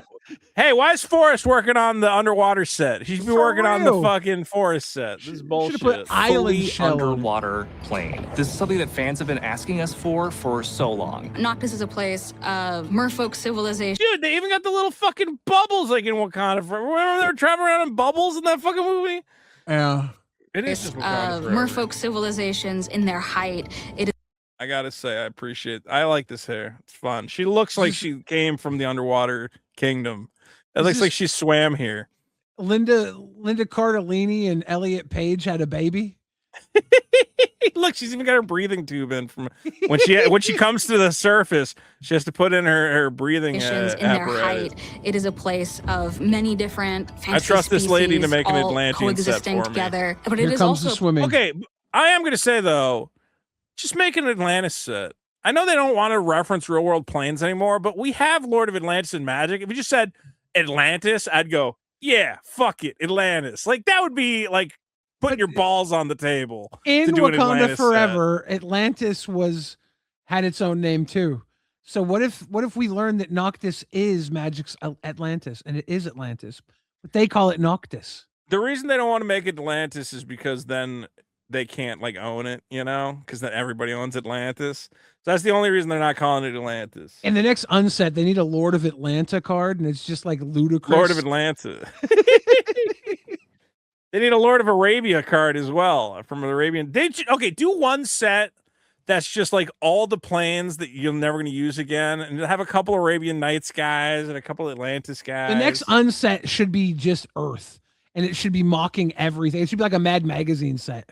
See, if I worked at Wizards, I would like Mark Rosewater thinks he's funny, but I go, Mark, you could be way funnier. You could really fuck with people. You go, and we're here to announce the next big Magic set where people have been waiting for us to return to this plane forever. Homelands 2. Ladies and gentlemen, the world of Homelands comes alive once again. Should we just design funguses. Homelands 2 and sell Yes! it and get sued out of our fucking mind? Dude, let's print packs of Homelands 2. Let's do AI Welcome slop. to the Let's make the world whole let's make the whole of Homelands 2. Let's get sued. Homelands 2, funguses gone wild. And you go, And this the time, legendary artifact, the Juju bubble. Didn't Homelands had funguses, right? It had fungal bloom and shit. I think that All was right. for Fallen Empire. Oh, fuck. I'm thinking of Fallen Empires. You're right. Yeah, Homelands was so much worse. Homelands was actually it had worse. shitty schools and the Sangiers. The last time Aaron we the checked in on Aaron the Relentless, he was going absolutely nuts. Now he has shaped Homelands to a kingdom of his own making. Aaron's spark has awakened, and God, I'm trying to look up what fucking cards are even. Him and the Willow Priestess have joined forces for the first time. Willow Priestess is actually good. She dumps a fairy into play for just tap. You just tap, dump a fairy, baby. We love a little Willow Priestess. Was Kesa in this, or was that? Oh no, that was Alliances. Baron Damn, Sengor came from Baron Homelands. Okay, the leeches the are Sengir- there. They had grandmother Sengir. They had all the Sengir family in here.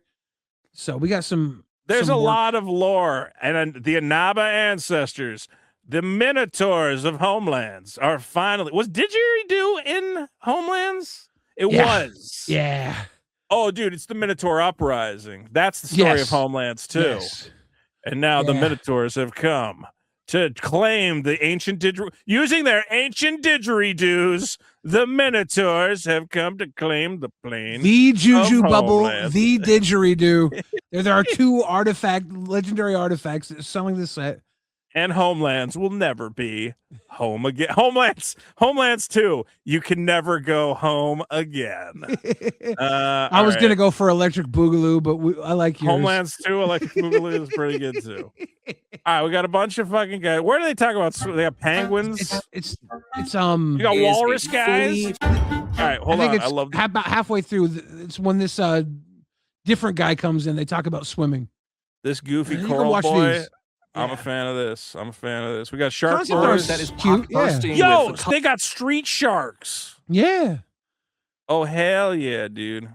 All right, tell me about populated the About with to come into tons swimming of other very soon. different creatures. The Right humans here, here coming are up really after the this. outsiders. To place an entire world in a place where everything is buoyant, it changes the game so much at its fundamental level. The first major unique thing about Noctis is that it's the first main set release, possibly ever, arguably, that doesn't have flying as a mechanic, since we're all underwater all the time. We actually have a brand new mechanic, which I won't tell you too much about yet, that is an evasive mechanic that sort of takes the place of flying. Bro, I fucking called swimming. Fucking called swimming, I'm a Vito. fucking genius. Literally a week ahead. We talked about it last week. That's what happened. That's what happened with the Hexhaven and Strixhaven Bully School. You did it. You bro, know and things. I said like a couple things of what swimming could be. I don't know, man.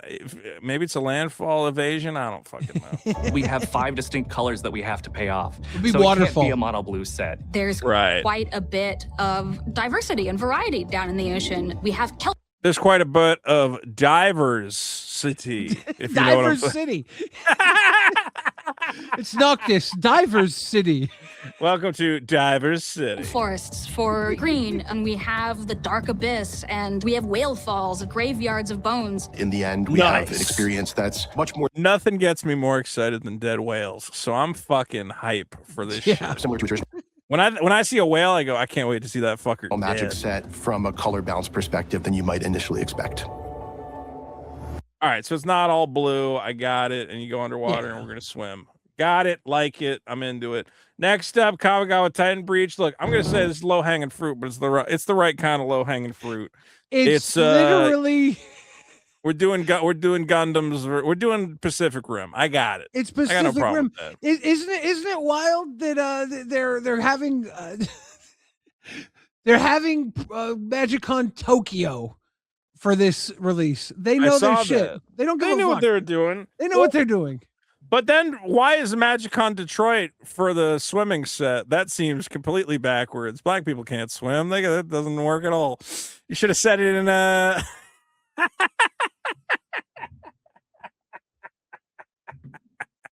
And this is why I'm not a beloved Magic creator. This is why I'm not. It's you. Wait, you ruined me. Detroit. I was Why gonna is be. Magic- I why was is gonna be on Magic Command Detroit Zone, but I not did a for podcast with Zalfir? you. Detroit's for the swimming set. It should clearly Stop be it. for the Afro Fantasy set, right? Nope. It's Detroit. What Fired. I'm just saying the population of Detroit, I'm pretty sure, has a higher per capita of African American people. Detroit should have been for either drift. Because they're for either big drift. They like vehicle, to big drive. vehicle. They make big the Ford tough. Yeah. They built Ford tough. I'm just saying, if I made a swimming set, I would think not Detroit. That's the last. It's a landlocked. Does Detroit have lakes? They got the Great Lakes, the They got greatest lakes, Michigan, Lake Michigan. Maybe they can have it at Lake Michigan then. Yeah, they're That's gonna. what I meant. Everybody's having a good time at Lake Michigan. All right, Titan Breach. Let's see it. It's just a day like any other on Kamigawa, and then bam. Man, couldn't you get a guy to like do like an actual voiceover? It was a day like any other. Is that just it can be any day in Kamigawa when the monsters... The sky opens up and out falls of all things Ikoria. You've got giant monsters, weird creatures, nightmares, elementals, and literally the land itself falling out of the sky. All right, I'm gonna say this is not gonna give us any card spoilers. So, yeah, you're gonna have cool monsters fighting robots. I got no problem with that. That seems fine. It's Godzilla. It's Gojira. Here's Are they what I gonna am bring gonna Godzilla say. back for this, like they did for the original Ikoria? I hope not. They don't need it. It's a crutch. I don't need Godzilla. Here's what they should do is, first of all, a Monster Hunter set that corresponds to this. Second of all, don't make this a vehicle set. I understand that you want people to pilot the mechs, but vehicles are always boring and shitty and never good. Don't try to make it a vehicle set. Do something else with the mechs, man. Come up with a different thing that isn't vehicles, right? Pilot tokens and shit. Ether Drift just sucked so hard, and I really hope they don't do another Ether Drift. What if they're like equip?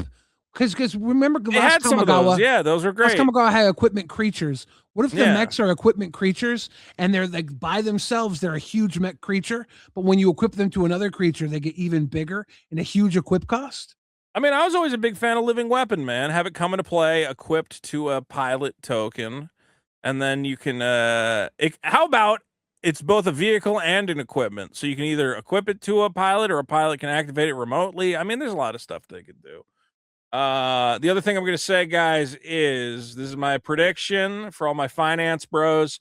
They're going to have a bonus sheet, and Beseju is going to be on the bonus sheet, and Ottawa is going to be on the bonus sheet, because I think the price of those cards is like through the roof right now. What's a Beseju right now? Well, A Beseju is $63 for the fancy version. Yeah. And You think they'll $50 for the reprint regular it? version. Oh yeah, this is going on a bonus sheet, baby. You're getting Bonus sheet, yeah. You're getting a bonus sheet with a Beseju. It's going to be a special guest. So I would sell your normal Besejus. Hold on to your fancy Besejus. That's what I'm saying. The price of this will definitely come down. They will definitely. I said with the fucking Hobbit, I said they're going to reprint Bowmaster. They're going to reprint the One Ring. I mean, it was obvious. And now people are going, well, they're reprinting. I sold all my Bowmasters. I bought one foil Bowmaster because I want a foil version of the original. But all my regular Bowmasters, I'm like, this is a $50 card. Sell, sell, sell. Because once that reprint hits, the price is gonna dip, man. It'll go down to like $30. Maybe the reprints, they're weird. The Marvel ones seem to drop everything, but a lot of the times these sought after ones drive the prices up.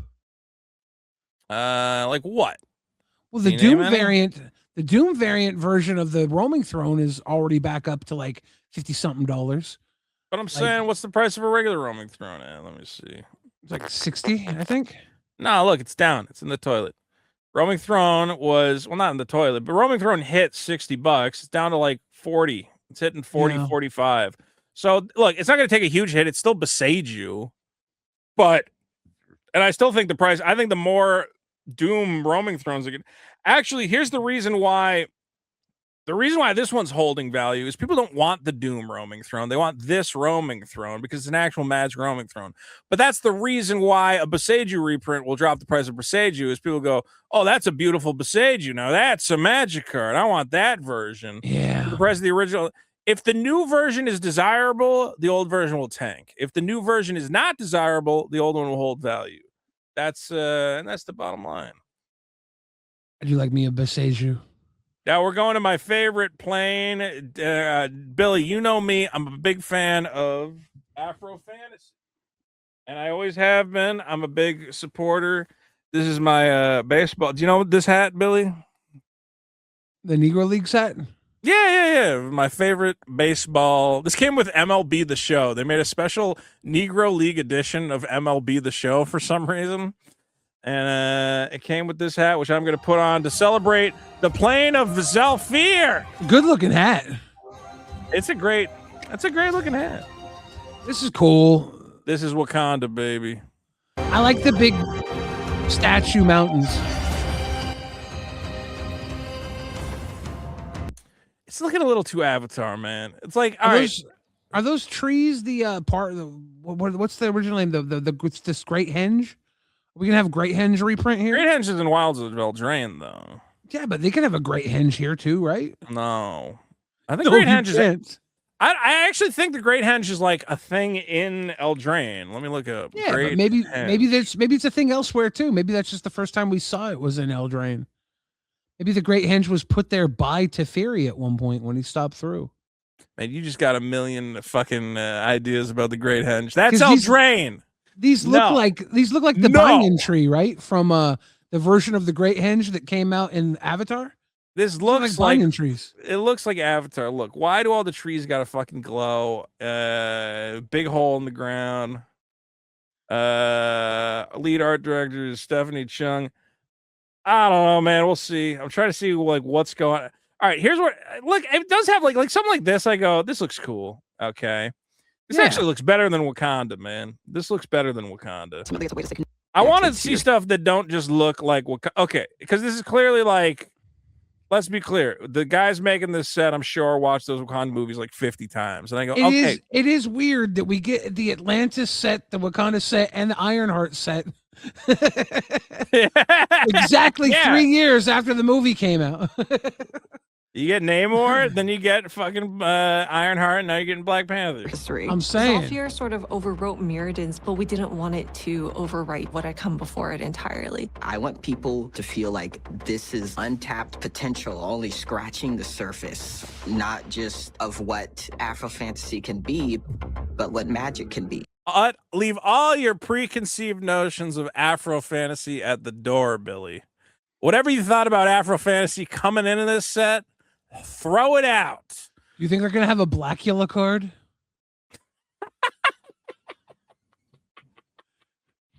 No. But What the fuck? You know, what like, do you mean? There's a You mean like huge Blade, like Shaft, or there's a huge representation of Afro fantasy vampires. They already did that. They did that with Captivating Vampire. They already made a Blackula. Yeah, but come on. I'm talking about like, are we gonna have like a cool like the Sinners had the Black Vampire going? We had the Black Vampire horror is a huge part of Afro fantasy. I have this. Is that another dude? Is he like eating a dude? I mean, it's food, dude. I guess. I don't know. Stop trying to make dinner gay, Vito. I'm saying this is a very erotic card. Let's be real. This is some eroticism It's here. food. Like, nah, man. Like, look, tap 5 on tap. He's tapping another vampire. That's him tapping a vampire. All food looks hot. All food is sensual. Is this guy wearing a shirt? Or is that? It's kind of confusing. Is that his skin, or is he I wearing think it's a cummerbund. I see a line. up it. Yeah, I think it's see a button cummerbund. there. Kind of looks like he's got a shirtless guy. And he's going. You know what's funny? He looks like who does he look like to me? Fucking Jordan Peele. He looks like Jordan Peele. Doesn't he look like Jordan Peele? Am I Is this crazy? Key and Peele? Is this a Key and Peele scene? It looks like Key and Peele, and that could be Key. That's definitely. It looks like it's some Jordan Peele. All right, we're It's going got a back. little bit of a Peele vibe. Well, maybe we'll have some gay black vampires and The Zolfir. cultures Okay. of the Black diaspora. Oh, there we go. Mythology. But these are green. That's not They're black. vampires. Oh, they okay. Maybe you're right. Are these black goblins? Are the black goblins on Zolfir? Our Hope so. We dress the way that we approach artistry.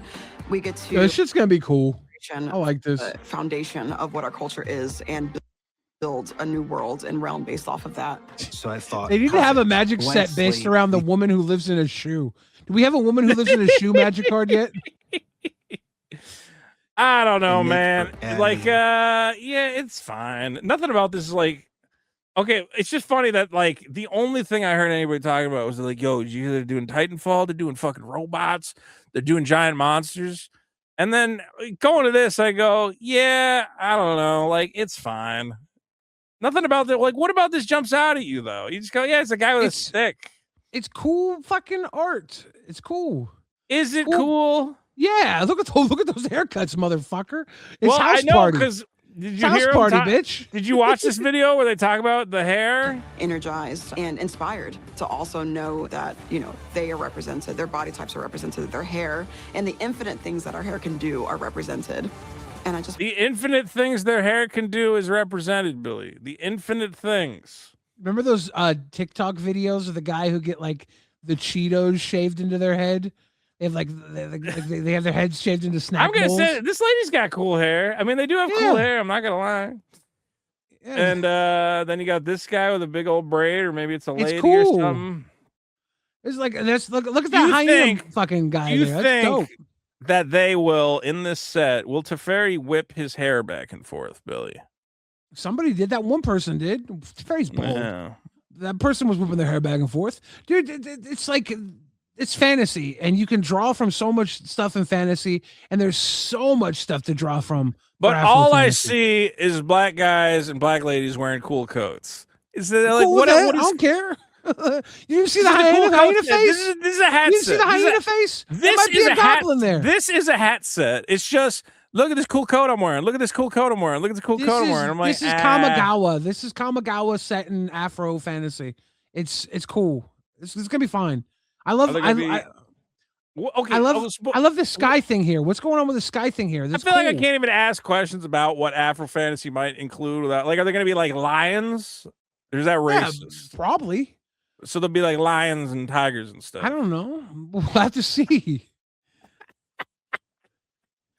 We'll have to see. Look, I'm just saying. I'm going. All right. There's a hyena there. They have the hyena garb. Yeah, so it's that gonna be was- like tell me Lion that was King a- shit. It's gonna be like a Lion King set, maybe. Probably. Scar's gonna be in here. Okay, well that's what I'm saying though. Is I'm like, now if this was like a half furry set, That's a then hyena, I would- right? Yeah. Well, I'm saying if it's like got some furry shit going on, then I'd be like, There's some okay. voodoo inspiration. It's cool. As Pretty is cool. though, I'm going. This is just a guy with a. I don't even know, man. These guys are cool. If these guys were on the cover of an album, I would buy the album. I will Yeah. say that right now. It's DWA, right? Or is OWA? What's the It's ABC. what's the sign up there? It says OWA. OWA.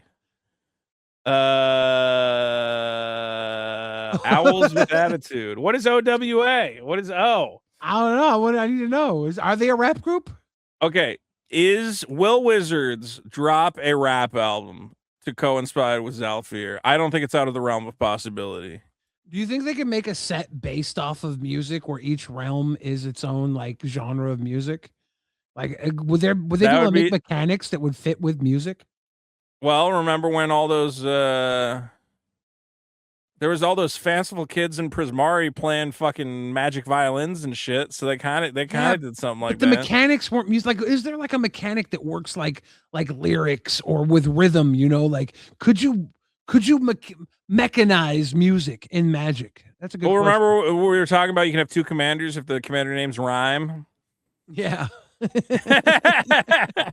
Yeah, we got it. The only problem then is like, how do you translate those? You have to translate them into every language. Like if a saga became a music note or something, a music book or a playlist. Yeah, I don't know. Look, I don't know enough about this to say it's good or bad or not. I guess we'll wait to see. I'm just saying, bro, all the hype is clearly for fucking giant robots and monsters. You can't go from giant robots and monsters and a fucking swimming underwater merfolk adventure to here's a bunch of guys that kind of look like Black Panther. Because we haven't really been to Zalfir like this. Look at these and we guys. haven't- These guys have fucking cyber wings and they got Yeah. fucking. We this know is what we're cool. getting into here with Kamigawa and Ikoria mashup. Like we know this, but you know what this is? This is their second attempt at Either Drift. Because in Either Drift they had they had Kaladesh, they had Morganda, and they had Amonkhet mashup. Teferi is boring. Teferi's always been boring. And it's a whole Teferi set. It's gonna be Teferi going. Teferi's not even like an interesting character because he just goes, I'm doing magic stuff, you know. This is Teferi, and he's playing that fucking Flow Rider song. Welcome to my house. We don't have to go out. He's just showing you his home. He's like, this is I my will cool say, home. okay, I'll say this. If they lean more, see, I'm like excited when they're like, we're gonna lean into like the fucking rap shit, man. Like, yeah, if it was like a fucking set of like battle rappers with fucking crazy masks being like, yo, I'm about to summon up some shit. I would love a rap. So even if it was just one, like if Yeah. red was rap, and like black was country, and white was classic, and blue was different genres of music. I would love a music based set. But that's why the first Black Panther movie was good, because you had Killmonger to be there and be like, look at all this fucking African shit or whatever. And he just goes in and he starts taking over. He goes, I'm from the streets. And you're like, yeah, all right, that's badass. Do you more think- of him. Do you think there will be like a Killmonger trope where it's like Teferi's cousin who got exiled because he Hell was yeah, also dude. a planeswalker? I want Teferi's back. I want Teferi to be, Teferi's like look at my magic, and I got a family, and I take care of my family, and I love my family. I want some guy to just show up and be like, I run this shit. This is my plane. I'm Planesmonger. You banned me from Zalfir. Yeah. I'm here. I'm coming back to take it. And he's got a machine gun. I'm the Planesmonger. I mean, why don't you do a whole Black Panther set? You got Black Panther now. I don't know. Maybe they'll have a Black Panther tie-in card or some shit. All It I is know funny is, that yeah, I'm glad they're going to that Atlantis and Wakanda in the same. We're going to all the places, and I'm looking forward to seeing all the infinite things that the people of Zalfir's hair can do. I'm very excited. Show me what the hair do. I'm being negative. I know I'm being negative. You All are right, for last no thing. reason. For no I just- reason, young Vito. Oh, hey, they actually officially spoiled this Miku deck finally. Yep. That's good. Did they show all the cards or no? Just like I don't think most all of them, but a lot of them. Hey, did you get the last Festival in a Box Secret Lair? No. I did the thing where I opened 5 tabs. Did it and one work? of the it did. I opened one on my phone, one in Chrome, one Chrome incognito, one Firefox incognito, and one of them got in the line. Damn. So that's going to be my strategy from now on. Is I'm just going to open, and I'm going to see if I can get more fucking browser windows. Yeah, for real. I need in on that. I think it's the only way to do it, dude. I think you got to have like 10. I think everybody, dude, I'm going to have my fucking tablet. I'm going to have my phone. I think I got a backup phone. And just don't log in. As long as you don't log in, each session is like a unique session. So you can, you know what I didn't get though, Billy? You know what they did 2 days ago was the Olive Garden Never-Ending Pasta Pass. And I tried the same strategy, but I did not get an Olive Garden Never-Ending Pasta Pass. And now I have nothing to live for. It's probably better that you don't. It would have been a whole month of all the pasta I could eat, Billy. All the pasta. How much was it? $100 for a month of Olive Garden dinners and lunch. Dude, I would eat there twice a day. I would be living at the fucking Olive Garden. Can I tell you something? Can I tell you something? Tell me. Called my sister yesterday. She's going out to dinner with my niece, and she's like, "Yeah, we're gonna go to this pizza place down the road from our house." I was like, "I'll come with you. I'll come to this spot." I look at the menu, and they have a lasagna, a baked lasagna, with a half rack of ribs baked into the lasagna. Bones and everything, dude. What the fuck? That seems excessive. That seems. It was so excessive, and I loved Did you every get moment. it? Did you get it? Yeah. Oh yeah, dude. I don't know if I would. I don't know if I want a lasagna with a whole rack of ribs. Dude, that sounds crazy. you do. This was amazing. I would give up a month's pass to Olive Garden for this thing. I'm a big pasta boy, so the lasagna sound pretty was good. decent. It was baked. It was decent. It was good flavor. Everything was good. Yeah. It had the loose kind of lasagna noodles in the dish. I like the actual traditional square lasagna with layers that gets cut and served. But it was very good. And this damn whole half rack of ribs. It was 7 damn ribs. I was sitting there eating ribs, eating pasta, eating lasagna. It was so good. I got to see if I can find a picture of it. One year for I think it was 4th of July. I was like, I'm gonna bring a dish. I made a tray of lasagna. I froze it, then I cut it into tiny little triangle pieces. Then I breaded those with the fucking egg wash and the flour and the panko breadcrumbs, and I made fried lasagna, Billy. And people were going nuts. People were going, "What the fuck is this?" That's big back behavior. It shouldn't exist. That was like an ordeal making that shit. I'm like, I don't think I'm ever doing this again. Archangel Thune, which we just got out of Marvel, so we're gonna reprint right away again, which is good. Yeah, expensive card. Love Song of the World, dude. The art is actually good too. They got rid of the shitty Miku artists and they hired people who actually know how to draw Miku. We're not getting scrying sheets again. The one of the most embarrassing pieces of artwork ever put on a Magic card. Where I go, hey Wizard, you know you can just hire people who know how to draw. You don't have to. What the fuck is this fucking nightmare? It doesn't even look like fucking anime. What's wrong with her giant hand? What is going on? It's a mitten. It's a snow. It's a mitten. Guess She it's built a a mitten, snowman. but Jesus Christ, she's dead behind the fucking eyes. In this weather, you can build a snowman. Yeah, well, at least this time they found somebody who can draw Miku. I need to get this deck. If I don't get this deck, I'm going to be mad. Even the lands look fucking badass. All right. Stardew Valley, I never played it. It's a game about farming. You get some farm cards. Farming? Don't tell me they made food tokens in a farming set, Vito. Yeah, people are mad at me because I pointed out that there's more fucking food shit in the universes beyond. You're like, oh yeah, it's a farm. It's got to make food. It's a farm. Duh. I'm like, he doesn't have whatever. That's not the point. The point is why is there so much? I have Garfield food tokens coming to my house now, Billy. There's too much food shit going on. That's it. Magic didn't delve into food for a very long time, and it should have done it earlier. It was late to the game for food. Well, we're gonna go. Actually, wait, is it in this? Here's again. Why is food artifacts? Shouldn't be artifacts. What the fuck is that? Diabolic intent?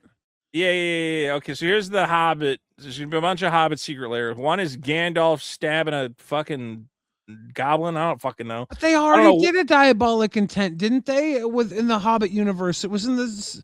It was in the holiday set. Oh yeah, it was. So was it diabolic intent? Yeah, search your library for a card. Yeah. You sacrificed a creature, right? Yeah, they're doing it again. Because I went and bought that card. Now this one looks even cooler. Nah, this one's not as cool. This one doesn't even make sense. Why would Lord of the Rings have fucking like metal, black and white metal? This doesn't even fucking clear, man. Maybe Don't make no cooler. sense. Maybe my other one's It would be cooler, cool thank if it you. wasn't Gandalf, man. If it was like some fucking metalhead looking shit. I didn't even think it was Gandalf at first. You had to tell me. What the hell is this food? Is this Hobbit food? These are all Hobbit food tokens. Breakfast, 11 second Cs? breakfast, 11 Cs. These are all tokens. Afternoon tea, dinner, and supper. Each one of these is its own food token. I Do think they that's do its own thing, or is it just food? No, tokens? they're just regular food tokens. They all Okay. say 2 tap, and they do not have any other abilities. Mm. It's just all the different ways hobbits is like to eat the foods. Dude, afternoon tea. I fucks with afternoon tea. Vito, I fuck with afternoon tea. I could go for some tea. I wish I had some cake. I could go for some afternoon cake, I think is the problem. Vito, should we start releasing YouTube shorts where you and I are playing Magic and all we do is play food token cards and we eat just the food? food as we make and then you do a thing where you're like Billy eats a 1,000. You have to create 1,000 food tokens. They'll just show me with like 1,000 burgers in my hand. Did you get Did you get the Oishi food tokens? Nah. I did buy those. I don't know why. I just said these seem like niche enough that I feel like if I don't buy them, I'm gonna be like mad that I didn't buy them. Did you ever see these ones? You got a little happy hamburger. Why can't I bring up this picture? I think I liked them. I just didn't get them in time. They were very cool. I love these sushi. tokens. The burger's a look beautiful cool. boy. That's a beautiful Yeah. burger. I should just get 100 of them so I can look at them all day. They're like long. $13 for this fucking burger token, though. It's crazy. It's cool. I like it. It is. I mean, it is a food token. You don't necessarily need it, and theoretically, you should just be making your own tokens. But yeah, I said, yeah, let me buy this stupid set of. I like food infinite tokens. I carry infinite tokens on. I me. need to get those. Yeah, they are very useful. It's just anything I need, I can draw. The Lady Secret Lair. The Lady Secret Lair seems pretty fucking stocked. You get a Dark Ritual. You get a Cultivate, I think. Finale of Devastation. That's nuts. Lathril. That's nuts. Coat of Arms is going to be absolutely insane. You get a coat of arms with Thelethar on them. Thelethar being Beautiful woman. I cannot wait. Woman, yes. I cannot wait. Or Thelethar was a female to male. I'm sorry. Well, that's what I was trying to say. Thelethar is probably Magic's most prominent trans character, I would think. I thought Thelethar was female to male, right? I think it's male to. Maybe it is female to male. I don't know.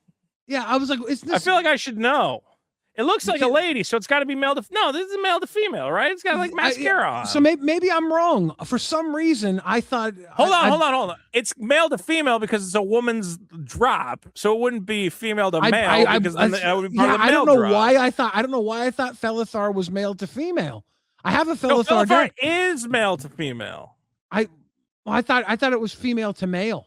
No, I don't this know is why a I thought lady. That's why it's got fucking breast armor, dude. Look, her armor's got titties. I feel like such an imbecile right now. You've been looking at it all the time, and you go, "That's just a strong guy. I wish I was strong like that guy." And the whole time, it was a beautiful woman hidden inside. You got it backwards. Well, Thelethar is on the coat of arms. It's a good-looking coat of arms. Yeah, she is a transgender woman. I don't know why I thought the card. I thought it was a man on the card. That does not look like a man. It's wearing purple armor. That's like a clearly female coated. I used the one from the commander deck. It's a different Thelethar. It's a different Thelethar. This is the Prince Ali, mighty as he. I thought that was female to male for some reason. She's got mascara. She's got fucking lines in the eyes. I thought it was part of the war paint. But no. And she's I know. Yeah. Now I know I was wrong. I've been jamming the shit out of this deck. I love Thelethar the Steadfast. I'm still building my good Thelethar deck. I got the Thelethar. I got the the deck box for it, but I haven't hooked it up yet. My The very Dragon first Scale deck box. My very first EDH deck back in 2008 or 2007 was I think it was 2008. It was the big butt dude, Doran the Siege Tower. Yeah. So I remade Doran the Siege Tower recently because they have a ton of good big butt cards they recently made. I was like, I'm gonna remake the Hitman deck. just came out. Hitman or Kingpin. Sorry, Kingpin. Yeah, I know. I need just to add came out. Kingpin to the deck. But yeah, then this came out. I was like, well, this has to be my commander. This is better than Doran. This is so good. I will say the one thing that I actually don't like about her is she just is clearly that much better than Doran. Yeah. Doran's still in the the deck. other I got one. Doran in This the one's the 99. one that's better than Doran. Yeah. Because for one more mana, she has sack a creature and draw cards, which is just like fucking nuts. So but you good. gotta run Doran in the deck anyway in case she's dead, right? I got the new Doran in the deck too. They got the new Doran that came out. I got this guy. I did buy this guy before the price went up. I think I paid like $120 for this guy. Champs foil full art Doran. Oh man, I used that was the commander from my deck in 2008. I had the full art Doran and I got rid of it. I played a bunch of Lauren back in the day. I always wanted to own this card, so I finally bit the bullet. I was like, I gotta get that full art Doran. I gotta get me that big tree. I gotta get that big tree. There's only 5 of this guy on TCG Player right now, which is nutty. Yeah. Wow. You know Champs what promo. I got my package from the random colorless package, from the whatnot that they tricked me into buying because they gave me a $10 deal. It's actually like not that bad. It was $30 minus the 20. I got like a bunch of the lands. Dark Force. I got the Captain America shield, which is going in my big butt deck for sure. I got 2 of the blue white lands. I got the Vision. And then I got this 10 rings. 10 rings is $30. And this is the whole price of the thing by itself. So that's a pretty good. Did you pay $30? Did you pay $30 for the thing? I paid $30 plus 7 shipping and whatever in tax, and then they gave me $10 every back. colorless. Did you get every colorless? It gave me every colorless and artifact and land though. They gave me every colorless artifact and land. Every colorless card. That's why those breaks are fucking addicting, man. Is like getting every card of a certain thing is like sometimes you can get lucky and get. Then getting a 10 ring is good. Finally got my foil moon mist for the Hulk deck. That's sick. I did pick up. Why do I not have this? Oh, because I was going to add it to a deck. I was like, I really like the fracture foil. Well, actually, some of them I don't like. This is a stupid way to tell a story, but I like these. Actually, I don't like some of them. I really like the Ice Tail Explorer, so I got a Japanese one. Yeah, I saw. Cool. I went. The English one's like 300, and I said, I don't think I can afford that. But this guy was like $100, and I said, that's just something I'll put in my fucking. I have a like mill graveyard black green deck, and he's just an all-star in there. So I'm like, dude, the art on this is like fucking him grabbing it like a little crystal, and he goes, I'm awesome. Exploring yeah, it's so good, dude. So I picked him up, and I did get a OG Whip of Erebos. Love this card. Nice. Little reanimation. I love the OG foils, man. Before it they looks really good in foil, yeah. Yeah, it looks great in foil. Look at it. You can almost see if I turn it just right, the whip itself. Shimmering in the moonlight. Enchantment artifact. Legendary enchantment artifact. Yeah. Creatures you control with lifelink is already good. And then he just returns stuff to play. Clearly the best part of that site. This Ice Tail is sick. I wish I could get more of these. I like the fracture foils, but they are like that's what the reason I'm getting them. I hate to always, fucking toot that one horn, but I go, man, there are just did I show you this? Have you ever heard of like Pikachu with gray hat or whatever? No.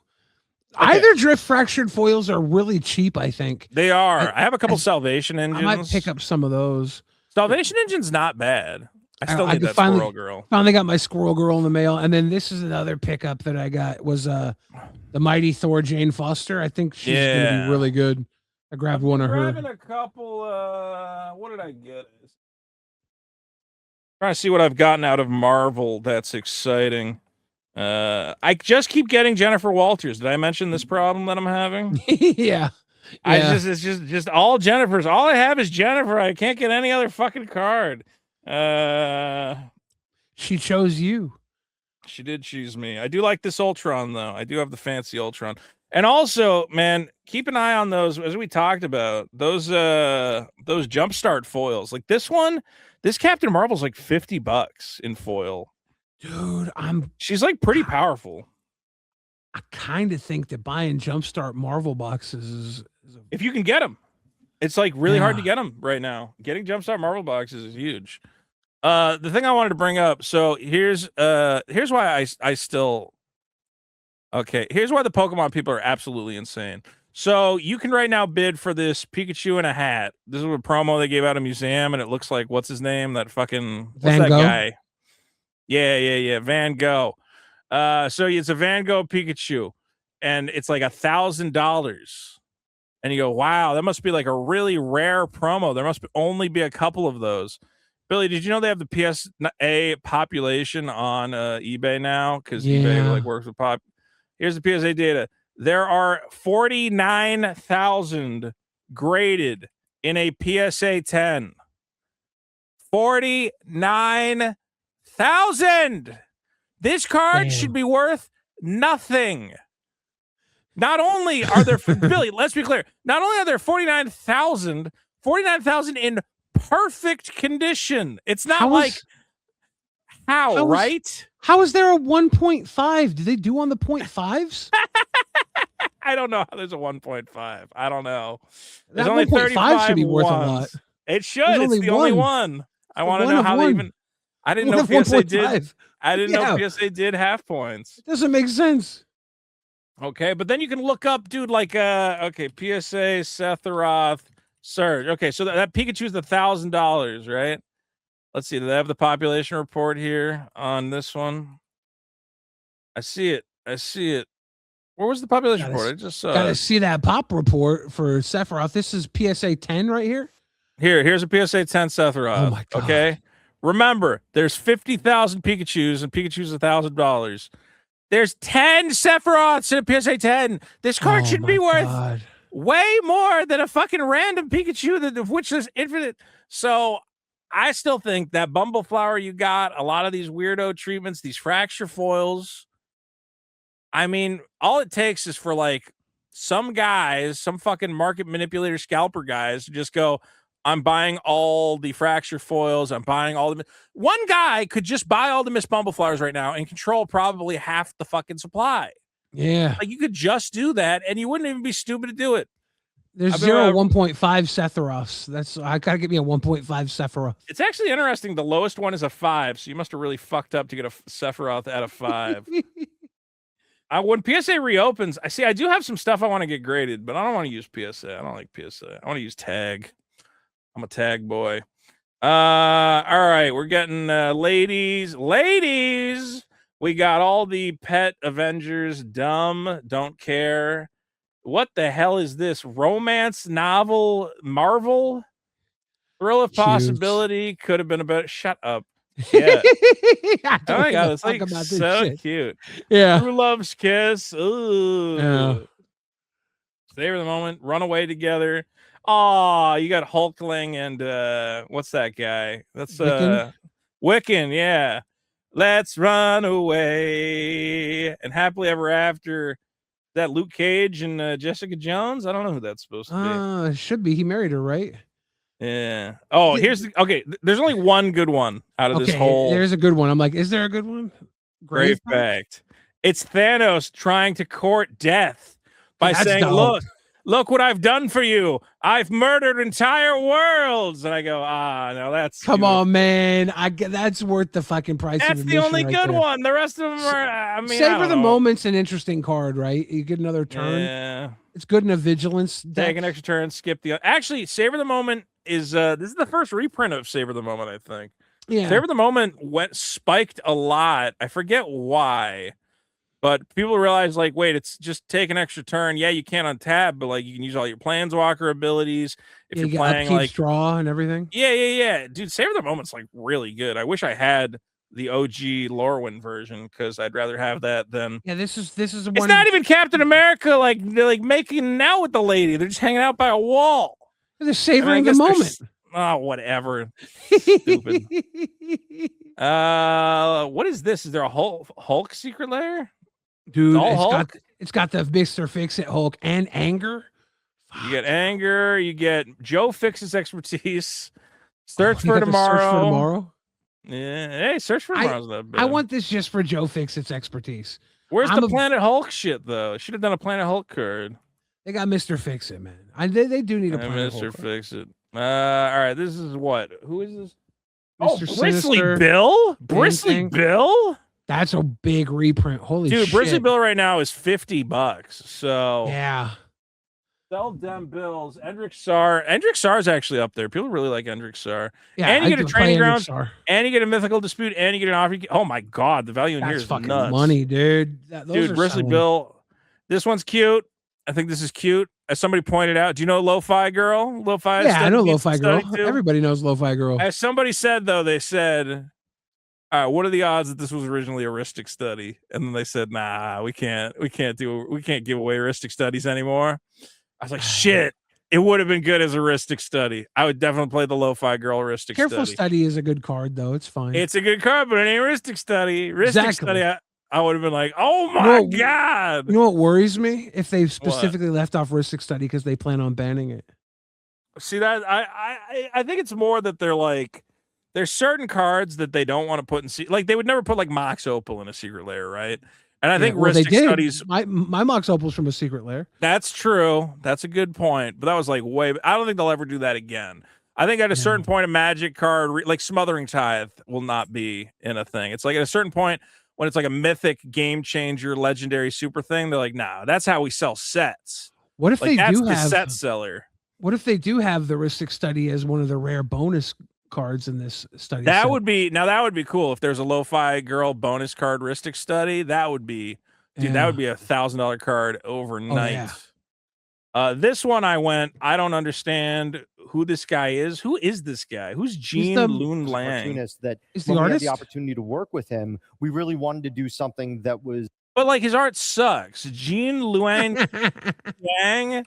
Sometimes they pick guys and I go, oh, okay. And that explains it. He does like those like how hard it is to be an immigrant fucking books. Nice. Okay. I got it.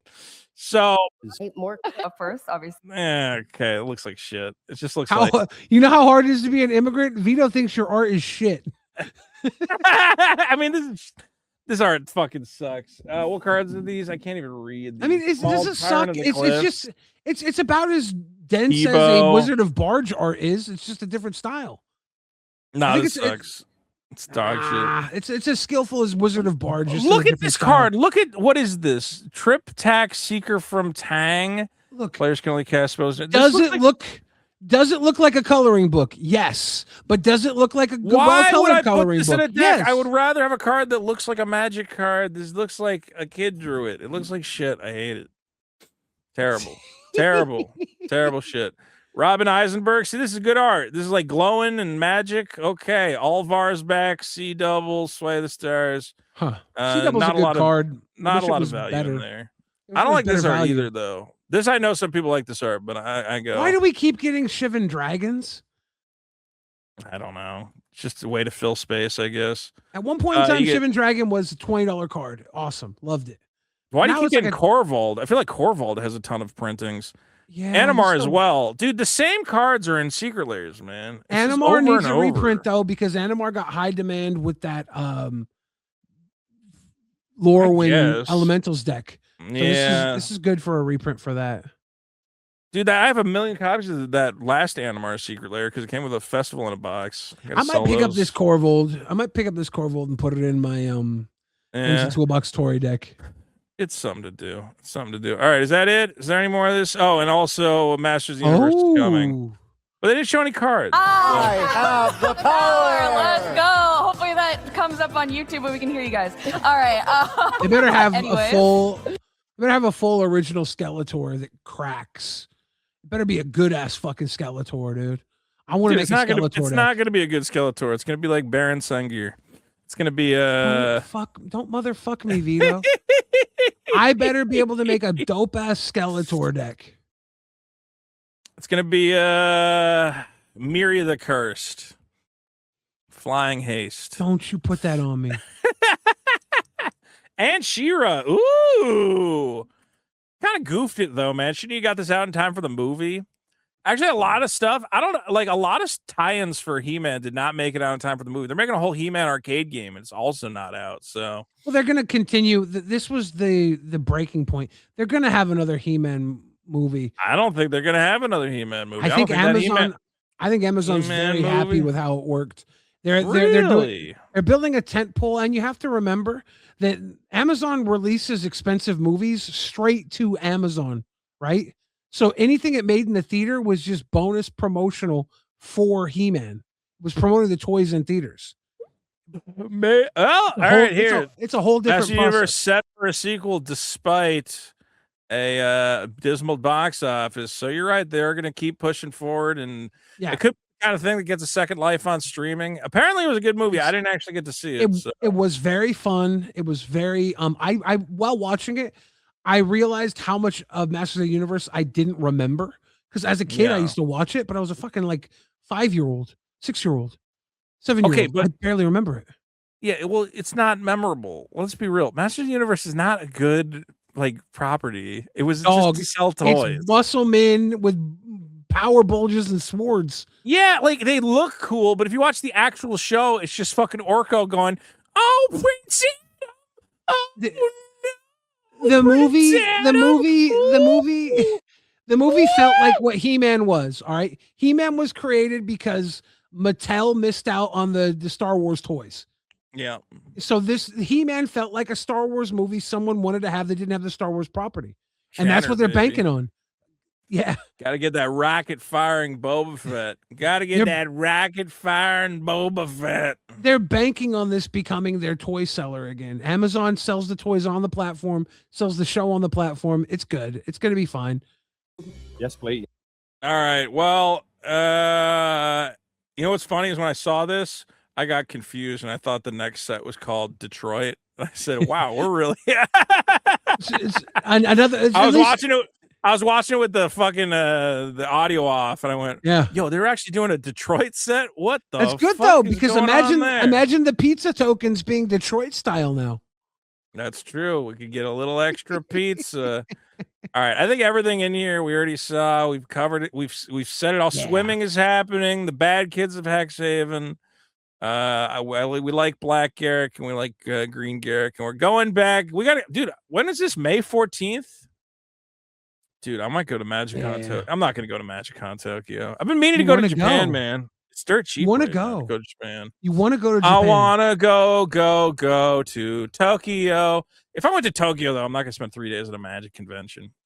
They are going to do MagicCon again in Vegas next year. Billy, you got to start planning for the next MagicCon Vegas. I will probably In be going to August. We that. gotta go. We gotta go. August next year, right? Yeah, next year. Yeah. That's good. Minneapolis. How come Minneapolis doesn't get a logo? They're like Detroit, Tokyo, Las Vegas. You know why? Because the logo is probably tied into a Ooh, might be tied into a UB set. property or something. Ooh, what could be happening in Minneapolis? The Twins, Universes Beyond, the Great Minneapolis Lake- Twin, the Great Magic the Lakes. Gathering, Great Lake Avengers. We've said it all, folks. Man, there's too much to cover. We've covered it all. The point is, sell your Besagers, sell your Bristly Bills, and invest in Teferi. Teferi's coming back in a big way.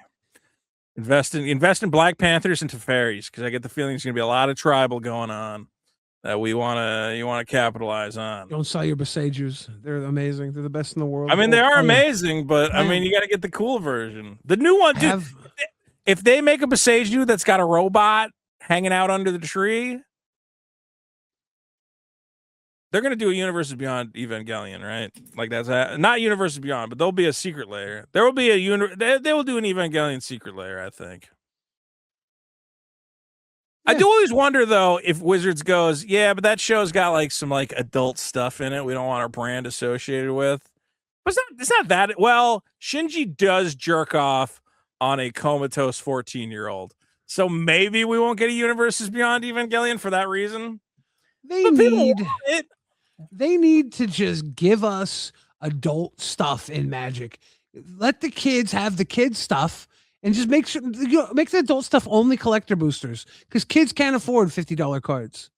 Honestly, man, why don't they should have some sets that are fucking NC-17 or R-rated and go, hey, listen, this one's not for kids. The kids get the TMNT, the kids get the Avatar. We've been spending a little too much time in coloring book Fantasyland. That it would be cool to be like, here's the Game of Thrones set. It's some real shit. You know what they should have? They should have all the hardcore shit be one of the double-sided cards. And one side is hardcore, the other side is more kid-friendly. And if you're at a tournament, flip the fucking card. Around. You have to flip the card at a tournament. That's fair. Dude, I And want some if you're people with the boys. Yeah. I mean, look, dude, we have a card called Go for the Throat. It's hard to put that in a set like fucking TMNT or whatever. Or I guess you could put it in TMNT. But, you know, BDSM. I want to see people getting their throats ripped out. I want to see some people time. getting...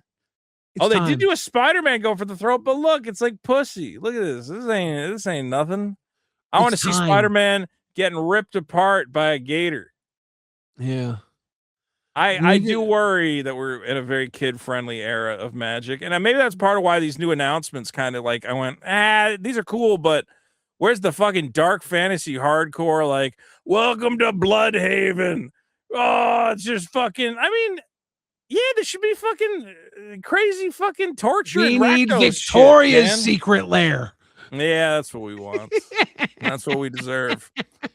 All right, guys, this has been Rhystic Study Hall. You can find me at youtube.com/Vito. Also on Whatnot. I've been doing some color breaks. Come by, get yourself some packs at whatnot.com/invite/Vito.